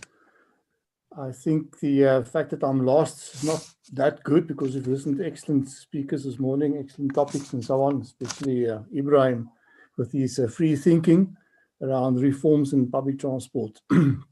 So my talk is really around what are the issues that we're experiencing in public transport, and then to look at what a smart city transport system looks like. This comes from the conference that I addressed a few weeks ago at the Smart City Conference. So it's an adaptation of that. And I hope many people didn't listen to that, because this will be more or less a repeat of it, but with some areas that are emphasized in the context of this conference. Then I'll compare what we have in South Africa to the smart city type setup that we wish for, like Mars, for instance, as part of it. And then obviously, what and how to go forward around this. And one does not have all the answers, but I think part of the answers that we are looking for really lies in the institutional arrangements that we have in South Africa to manage public transport itself.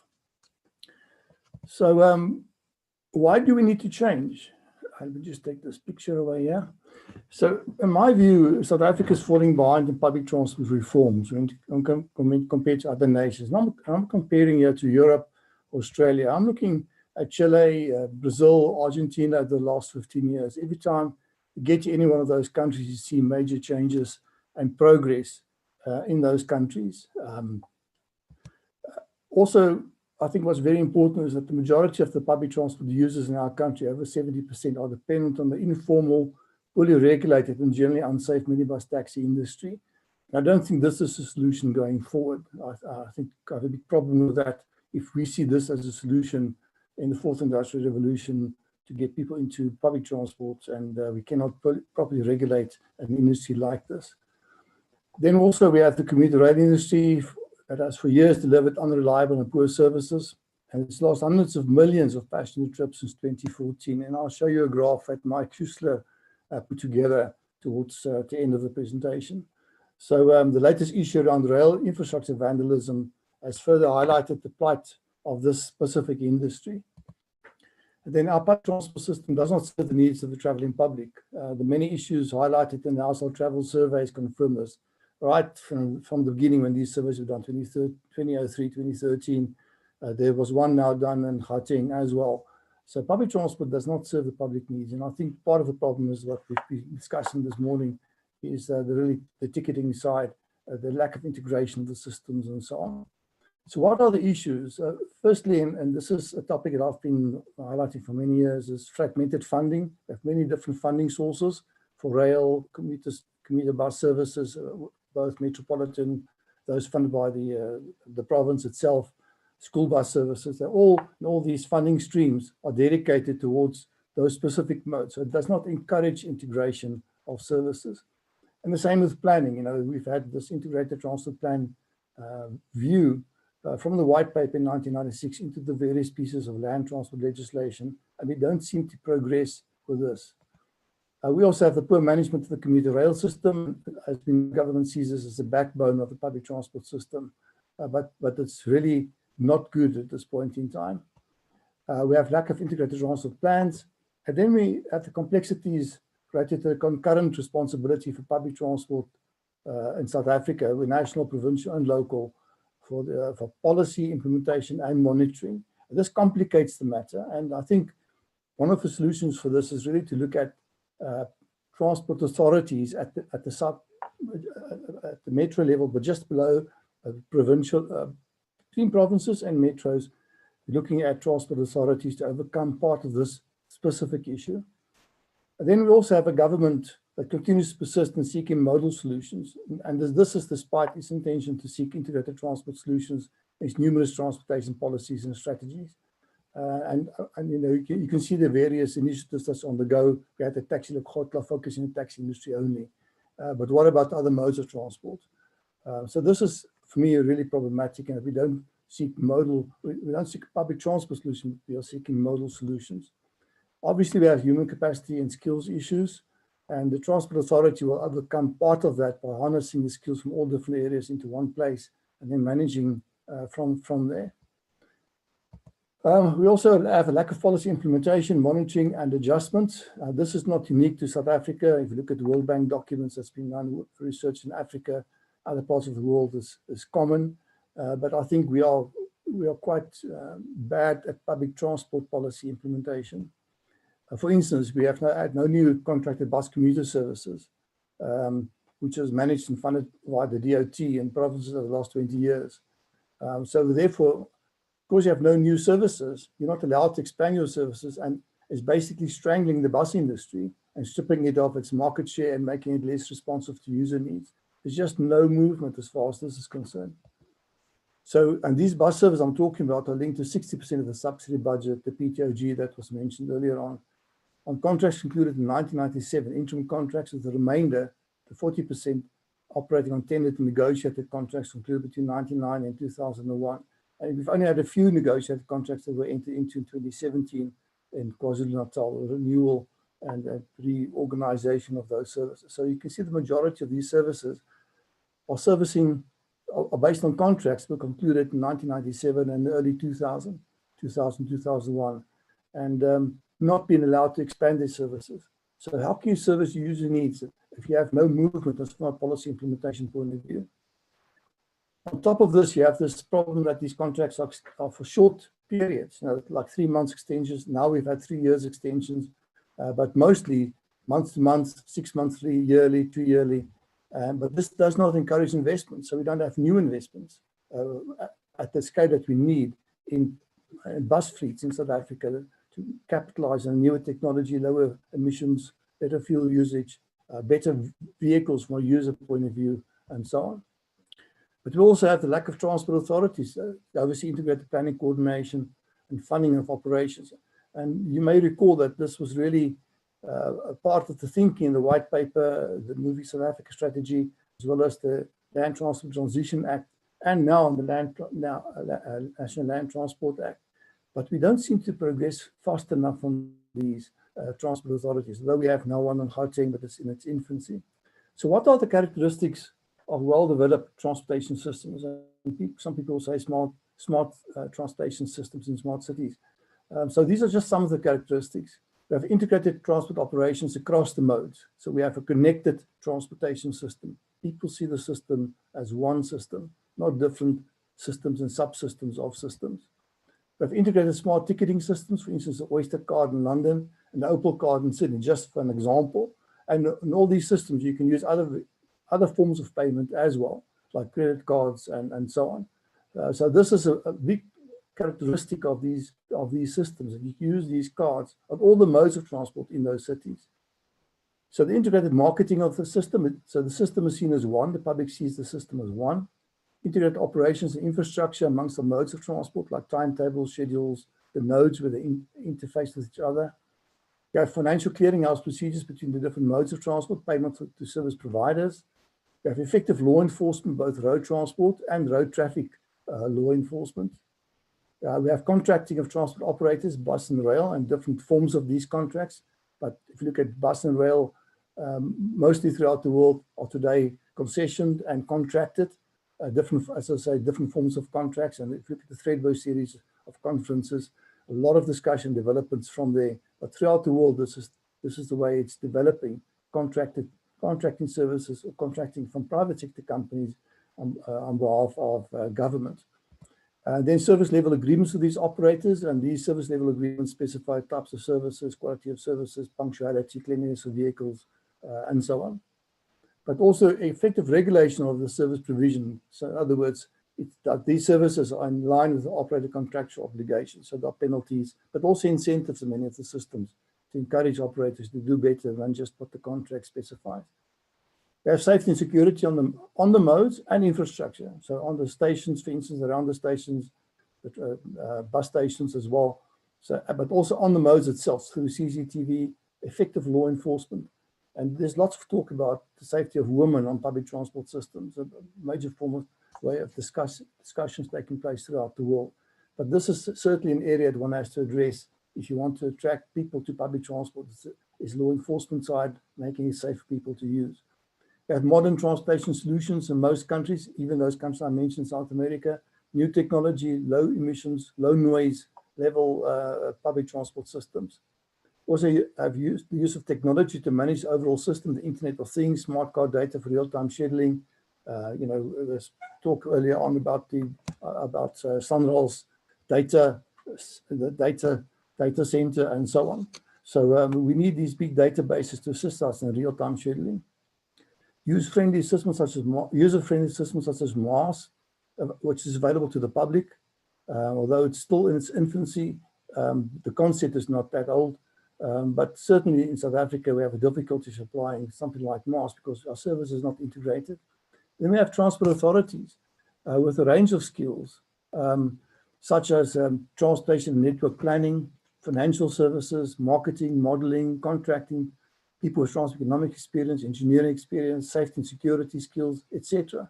Examples here are very good: Transport for London, Singapore Land Transport Authority, the Transport for New South Wales and Sydney, RATP in Paris, and La Matra and Lagos. So these authorities we'll find all over the world, and they are responsible for things like integrated ticketing systems, integrated network planning, organizing the systems itself, marketing the systems, and so on. And it always is strange to me that we've not made progress in this specific area that is really at the center of what we are busy with and what we have trouble with at the moment in public transport. So if you look at the current status, then public transport is facing its biggest challenge since its inception in this country. It's a virtually non-existent rail commuter service, highly stressed underfunded bus operations at this point in time, and a very large percentage of the traveling public dependent on unregulated taxi industry. And for me, it seems to me that the only winner in this whole scenario is the taxi industry, and that the former industries are left off by the wayside. If you look at the attention of government paid to public transport or types of public transport, a lot of attention is going to the taxi industry, maybe rightfully so, because of what we are experiencing there. But we should not leave aside the formal transport systems and really reinvest in them and ensure that they also operate, because they're all operating in one milieu of offering transport services in the metro and rural areas. We also have non-integrated, highly fragmented transport planning, and you can contrast this now with the ideal smart city operation. So we have non-integrated, highly fragmented transport planning, for instance, the Gauteng province, City of Johannesburg, Education Department in Gauteng, PRASA and the DOT, all major role players from a planning point of view. And then also the funding. If you look at PRASA has its own funding stream, Metrobus has its own, Tshwane Bus Service has its own. We have provincially managed buses through the Provincial Department of Transportation. We have school buses through the Education Department. We have Gautrain, we have BRTs, and we have taxis. And all of these funding streams, no matter how you look at them, if you look at taxis, just the recap side, they're all dedicated to a specific mode. There's no coordination and integration. Until we don't have a form of integration of this funding, we will never achieve an integrated transportation system, because the funding streams dictate how you should fund, when you should fund, and what conditions you should fund these modes of transport. And we have non-integrated ticketing systems. All of these are mostly standalone systems of different types of technology, and non-integrated network planning and marketing at this point in time. So contrast that to the smart city type of scenario that I mentioned earlier on. We also have a Gauteng Transport Authority that's in its infancy, but we have high expectations of it to perform well.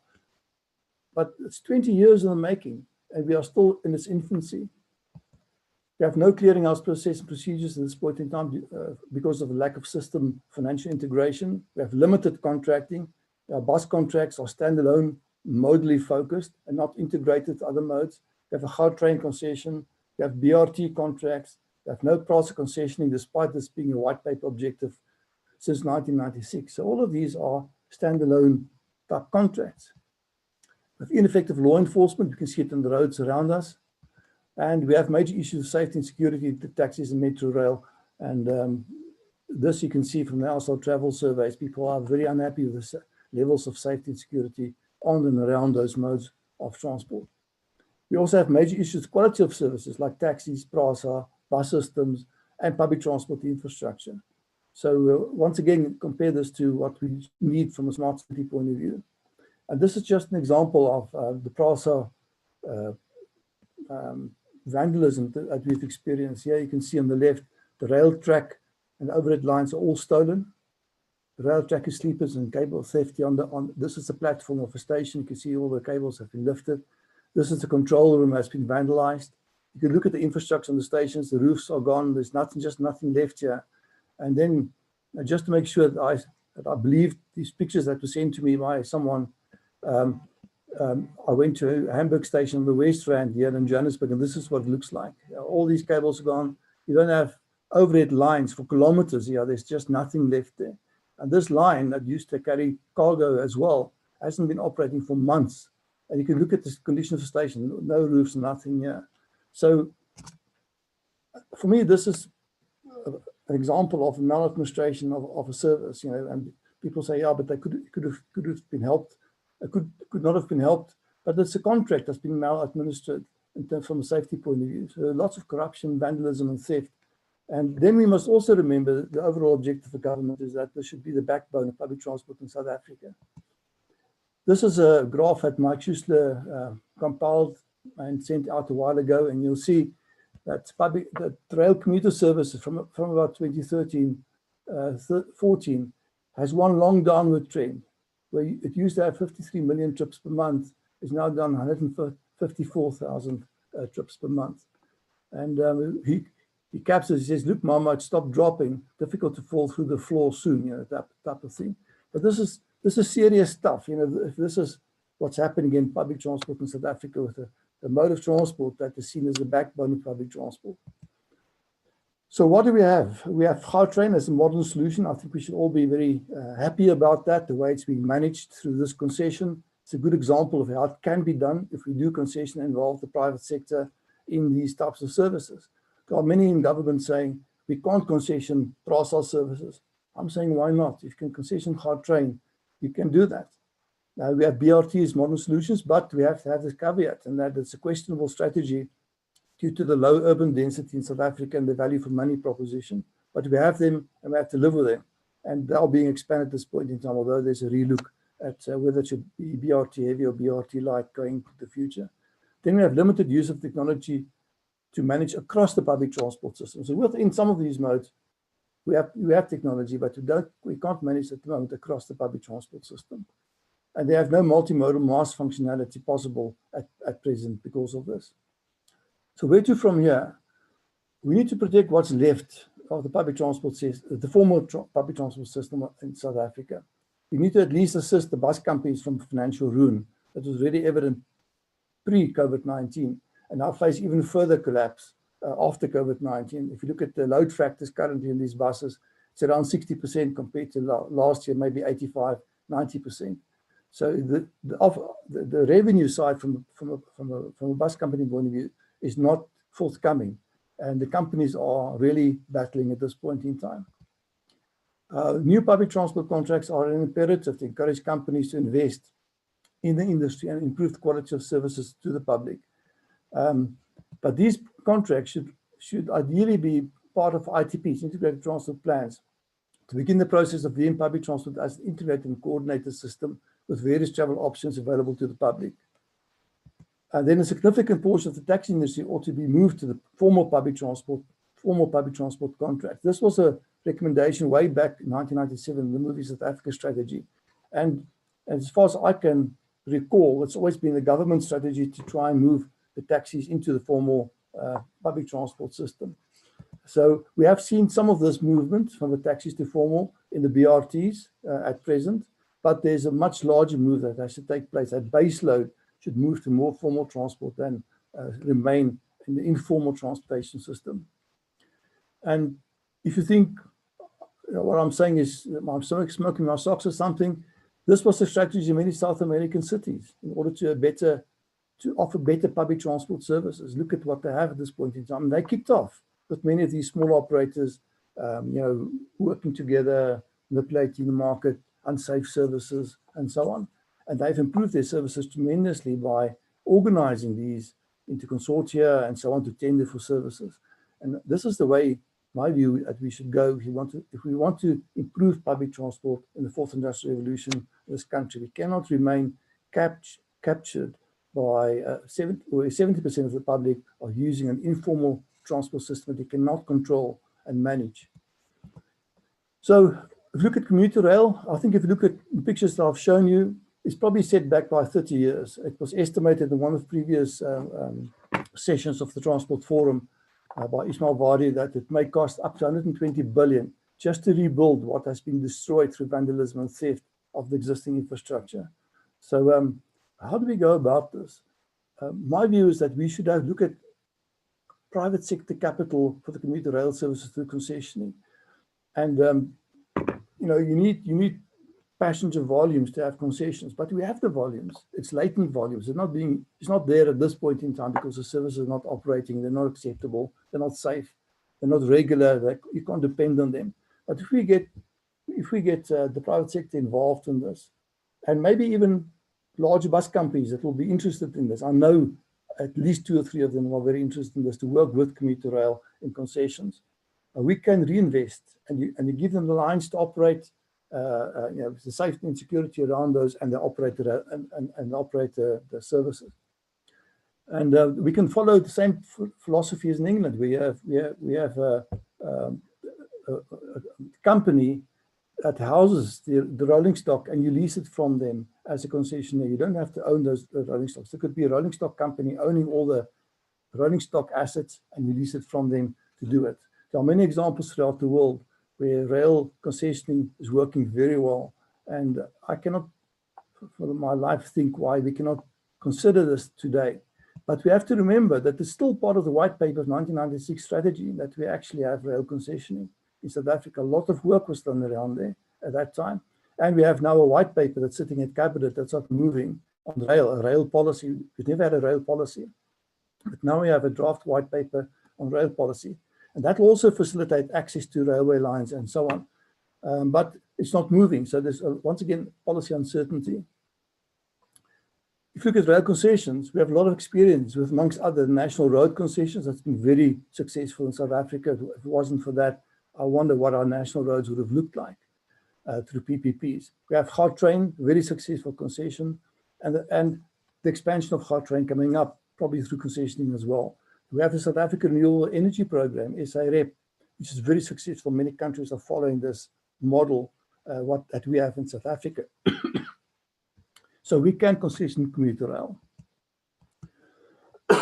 Excuse me. So the one missing block as far as public transport is concerned is the lack of effective and efficient transport authorities to oversee integrated and coordinated transportation planning, funding and management at the local sphere of government.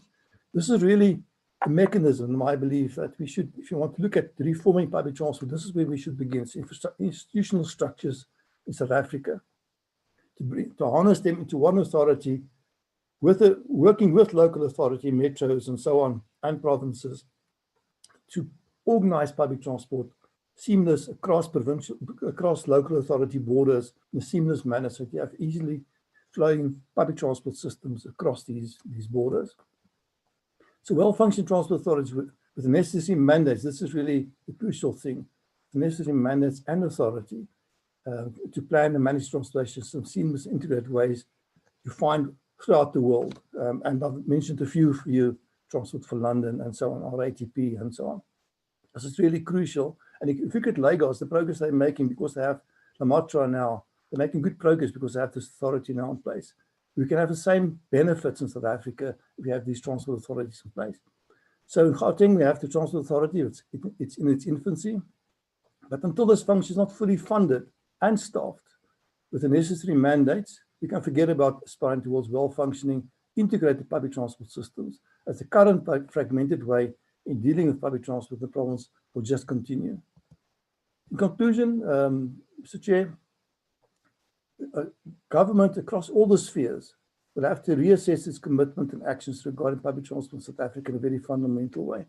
We are paying lip service to integrated services. We are still looking at it from a modal point of view. The significant deterioration of formal public transport and the dependence on informal transport as the backbone of public transport in South Africa cannot support sustainable urban development and therefore South African fourth industrial revolution. And you have to look at sustainable urban development. It's also about emissions, pollution, traffic congestion, and so on. I heard earlier on we have to build more and more roads. But if we can organize public transport better, we may not have to build those roads in the shorter term or the medium term. We already see the effect of people working from home, how much more space we have on our freeways around our cities and then our urban feeder roads. So now's the time for political will and the political leadership to regenerate our seriously dilapidated public transport system and facilitate the creation of a user-friendly public transport that contributes to urban development through economic growth. Thank you, Mr. Chair. Thank you, Prof. Jackie, to show us this negative picture, but I think it's time that we all start collaborating to drive the significance for change in public transport in South Africa. Thank you for mentoring me as well. And thank you for your great presentation. It's quite concerning, and but it's so necessary to put this on the board and that we all can see what's necessary to be done. Prof. Jackie, would you also partake in the panel discussion, please? Yes, that's fine. Thank you. So let's ask our panelists then, at least Harry and who else present? Let me put on our program quickly. So it's Michael Hart and Harry van Jaarsveld and Prof. Jackie Walters, and then I don't know if Ibrahim and Savishni are still available. They can join in. The panelists can kindly switch on your videos and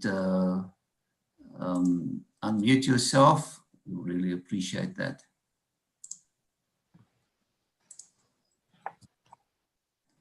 Just give everybody the opportunity to come in. All right, so the audience can kindly make use of the participants box and raise your hand so that I can recognize you. But we already have questions in the chat room. So I'm going to have a look at the question Louise Nadia asked from WWF. She says, most South Africans do not have the cash flow to procure cards and pay upfront bulk trips. People are living from day to day and cash is king.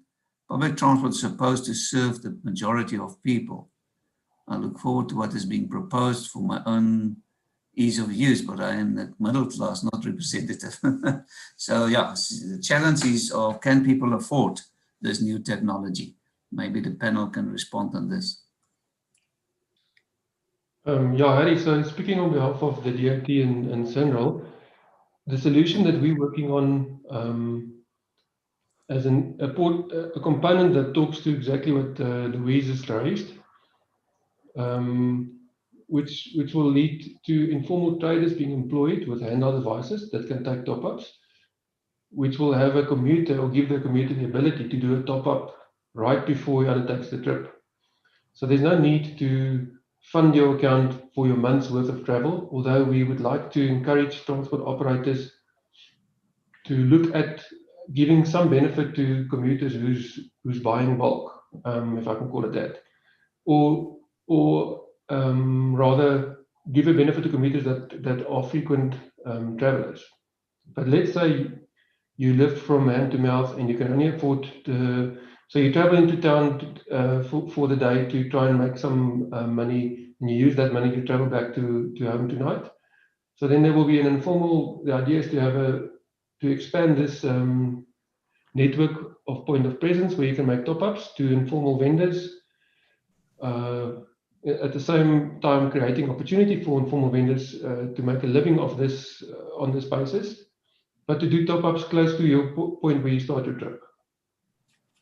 So Louise, I don't know if that answers your concern. Thank you, Harry. Yeah, Louise said, unfortunately, I had to leave, so she asked me to ask the questions. She's obviously going to have a look on YouTube afterwards. I see Andrew Barker's hand is up. Andrew, you're welcome to unmute and ask a question. Thanks, Harry, and thank you to all the speakers for today. There's been some very interesting inputs. I have two thoughts. One is, and it follows on from what Louise is saying, is the affordability of putting money into a prepaid card. And related to that, what happens to the interest?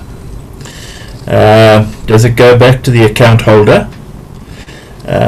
Does it go to improving the transport system further? Or is it going to be taken by SANRAL? Because I think, first of all, you've got to get it in there. And then once you've got it, what you're going to do with the interest. And I think there's some interesting options and possibilities there. And then the other one I just want to raise is this question of moving the taxi industry into formality. That's a, what, 26-year-old, 24-year-old policy. Why aren't we talking to the taxi industry and finding out why 70% of the people are using them and build on what they've got? I've been working with the taxi industry again, and they are very keen to improve their systems. They're very keen to learn and change their ways. But people don't want it. People, the state, the authorities aren't helping. They're blocking the taxi industry change. And I think we all know why. I've raised this before. And there's a fundamental issue here that the honest people in the taxi industry want to improve and provide a better service for their commuters. And I really think instead of moving the taxi industry to formality, let's look at how we can move the taxi to improve their service and provide a better service, safer. The informality is part of their success. It's part of what they are unique about, because they can move between different places quickly and easily. And I think we've got to recognize that they are there, and how do we improve what they've got? And this to me is something that we really got to get our minds around, instead of looking at 28, 24-year-old policy that says move them into something. It's ridiculous. It's time to change, guys. Thanks. Okay, Andrew. Michael, maybe you want to respond, and that who owns the float? Yeah, I'd like to respond to the first part of Andrew's question, and also sort of linking back to the previous one. The question of cards, accounts and cost. The access to efficient transport that gives you access to education, services and healthcare should be a basic fundamental right. And for those that can't afford it, we should seek to provide it. So in other parts of the world, local governments provide access to or free travel for those people that are unemployed or job seeking. They provide free travel for the old age so that they can access healthcare and their pensions. I'll add the example I discussed earlier. So account-based ticketing enables that to happen quite easily. So in Tuscany, we use a national ID card as the token. And if you're entitled to free travel or subsidized travel, that is registered, that is recognized from your national ID card. No cost, easy with very few barriers. And that is what we should be contemplating, rather than investing everything in infrastructure and systems. We should look to empower those people that most need access to efficient transport, if we're going to truly grow the economy and better the communities in which we operate post-COVID. And that also embraces taxis. They're a key part of public transport in South Africa. And in my view, the reason people use them more than BRTs or regular bus or rail services is A, they work, B, they take them from where they are to where they want to go, efficiently and effectively. And Andrew, you're absolutely right. Those need to be brought in to the overarching public transport infrastructure and planning. Thank you, Michael. Then if Prof. Jackie and Harry want to respond. Harry, I can respond to the interest question. Maybe just on affordability. I mean, the whole idea of the DOT/SANRAL, or supported by SANRAL system, is to be more affordable, to enable transport authorities to provide transport at lower cost to the commuter. We also fully support Michael's comments in that there are certain segments of the community that should be afforded free travel or cheaper travel, and the system allows for that. Onto the interest question, obviously SANRAL has some cost to operate this system, and that cost will be, the idea is to reflect that cost onto the transport operators in the form of a transaction cost. But SANRAL is a national government institution, a parastatal. So SANRAL doesn't have a mandate to make a profit of this, and SANRAL is not looking to make a profit. So all the costs and all the interest and everything that goes into the equation ends up lowering the cost to the transport operator. Thank you, Harry. Yeah, there's another question. Paul Browning also asked this, is how are we going to overcome this resistance for change in the taxi industry?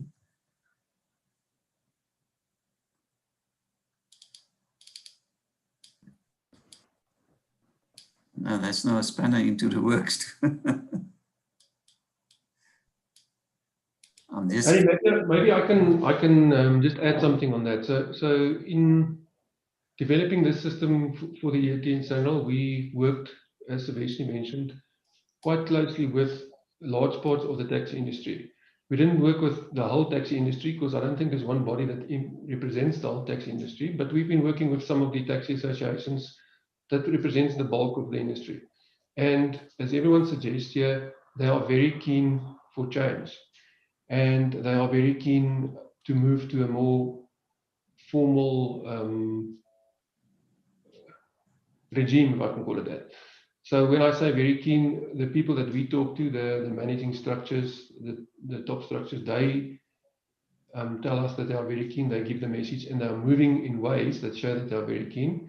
They claim to have buy-in down to the taxi drivers. So that's what we experienced, and we are currently working with them to implement this DOT/SANRAL system on one of their routes and as a pilot. And I think once the pilot has been proven to be successful, it will quickly roll out to other regions and parts from there.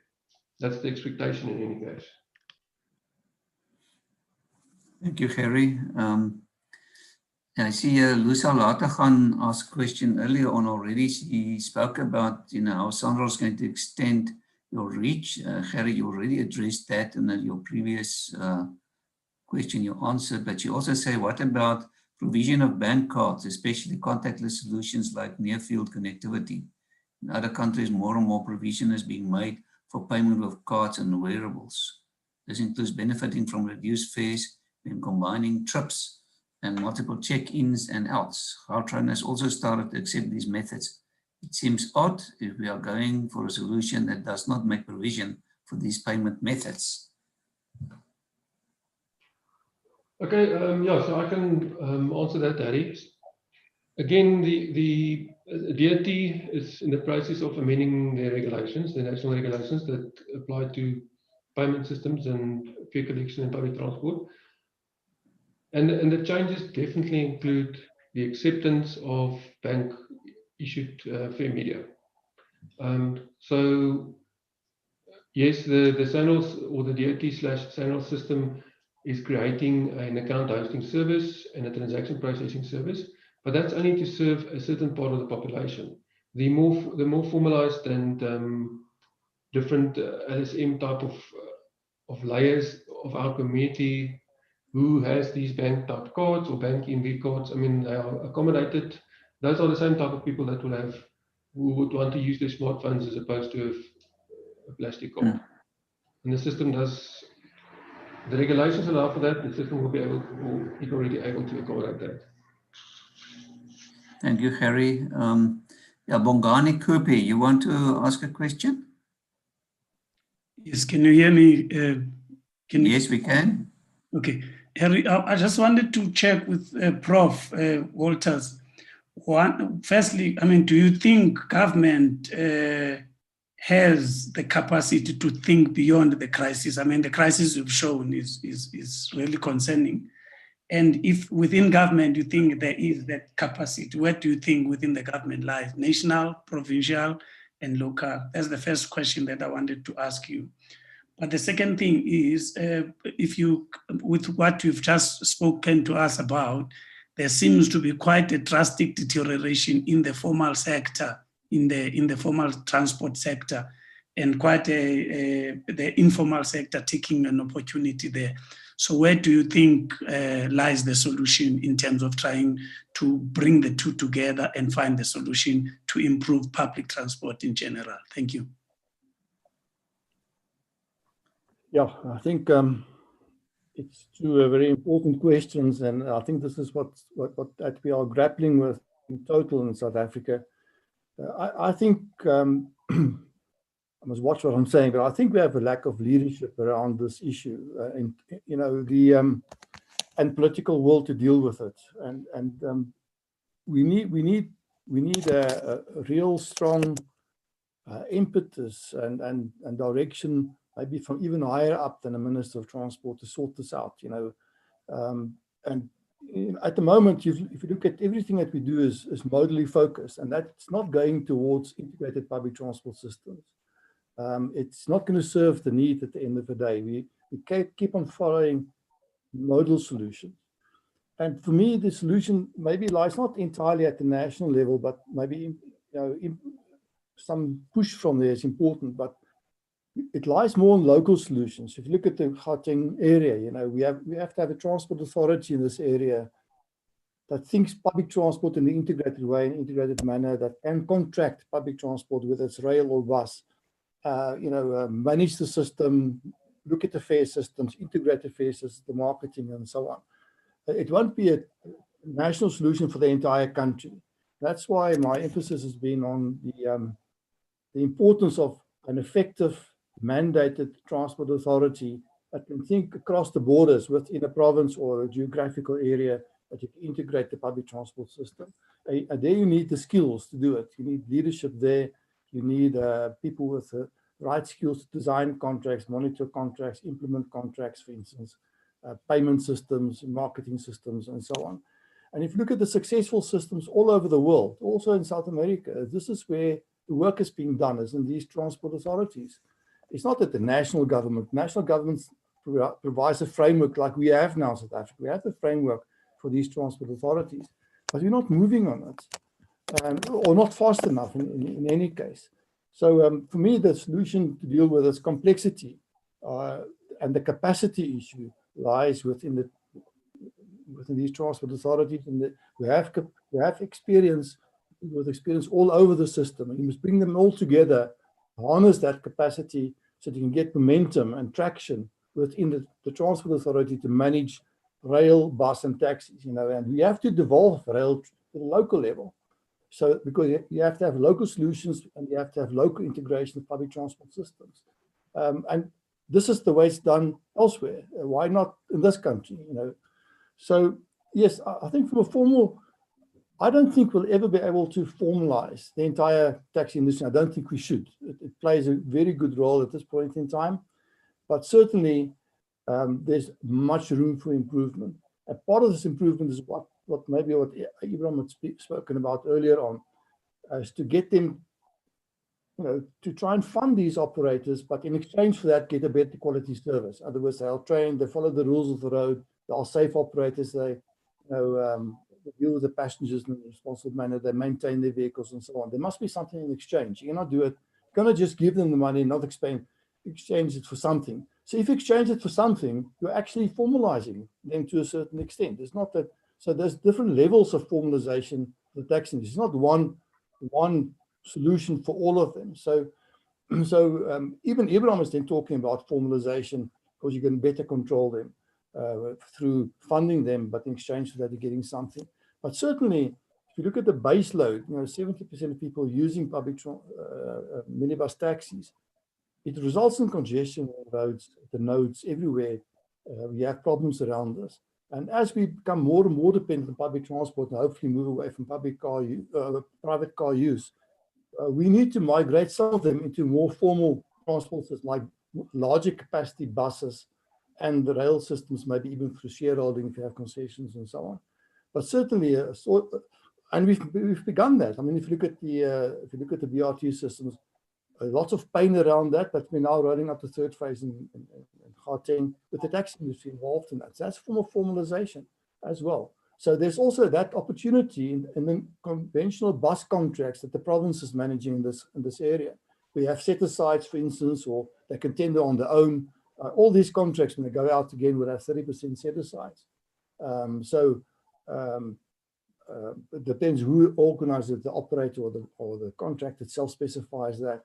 But certainly, if you can get them to form consortia, like it's always been thought they would be doing, also done in South American cities, they tender in their own right for these services. Then you are formalizing them and bringing them more into the formal system. So I think it's a mix, but formality is not a one word that fits all circumstances. You have different forms of formalization of this industry. At the moment, it's not formal, it's informal. So you have this continuum of being informal to very formal. And in between, you have to find solutions for the taxi industry. Thank you, Prof. Jackie. Ladies and gents, our time is working out quite nicely, so we've got a few minutes for closing remarks from our panelists. Maybe Michael, if we can start with you, maybe can give us some closing comments. Yeah, it's been a fascinating morning, so thanks again for organising it and for the opportunity to speak. I think we have a huge challenge lying ahead of us post-COVID, but I think that the technology exists. It's the application of that technology in the most effective and efficient way, focused on delivering benefit to the communities that we serve, that's most important. And I hope that we can work with you, or continue to work with the forum and forum members to bring that vision to reality as we move into 2021. Thank you so much, Michael, also for your support and guidance. We really appreciate your involvement in this forum. We're looking forward certainly to be working with you. Thank you very much. Harry. Harry, unmute. Thanks, Harry. Yeah, so working with SANRAL and the DLT closely over the past many months to develop that system, we are also very excited about what the opportunities is available in the transport and public transport arena. And we're aware of all the challenges, but still excited to take them head on and try and solve them in the best way with government and the industry. Thank you so much, Harry, and certainly you can rely on our support from this forum perspective, and definitely to keep the communication going and mobilize the industry to collaborate. Thank you very much for your participation. Thanks, Harry. Prof. Jackie. Thank you, Harry. Yes, I think the message you mentioned, the message was negative. Obviously, it's negative, but it is negative. If you look at public transport currently in South Africa, it's negative. It's not in a good position, and research shows that. So we have to deal with this, and I think, I really think we have the capacity to deal with it quite fundamentally. But we have to begin somewhere, and I really think that government should lead this initiative. But part of the unlocking of this whole paradigm, the issue that we have at this point in time, is really to get these transport authorities going in the country, to capacitate them to organize public transport for the people at the local level where they know what the needs are. You cannot do this from a national level. And if you really have good transport authorities, you can really make good progress.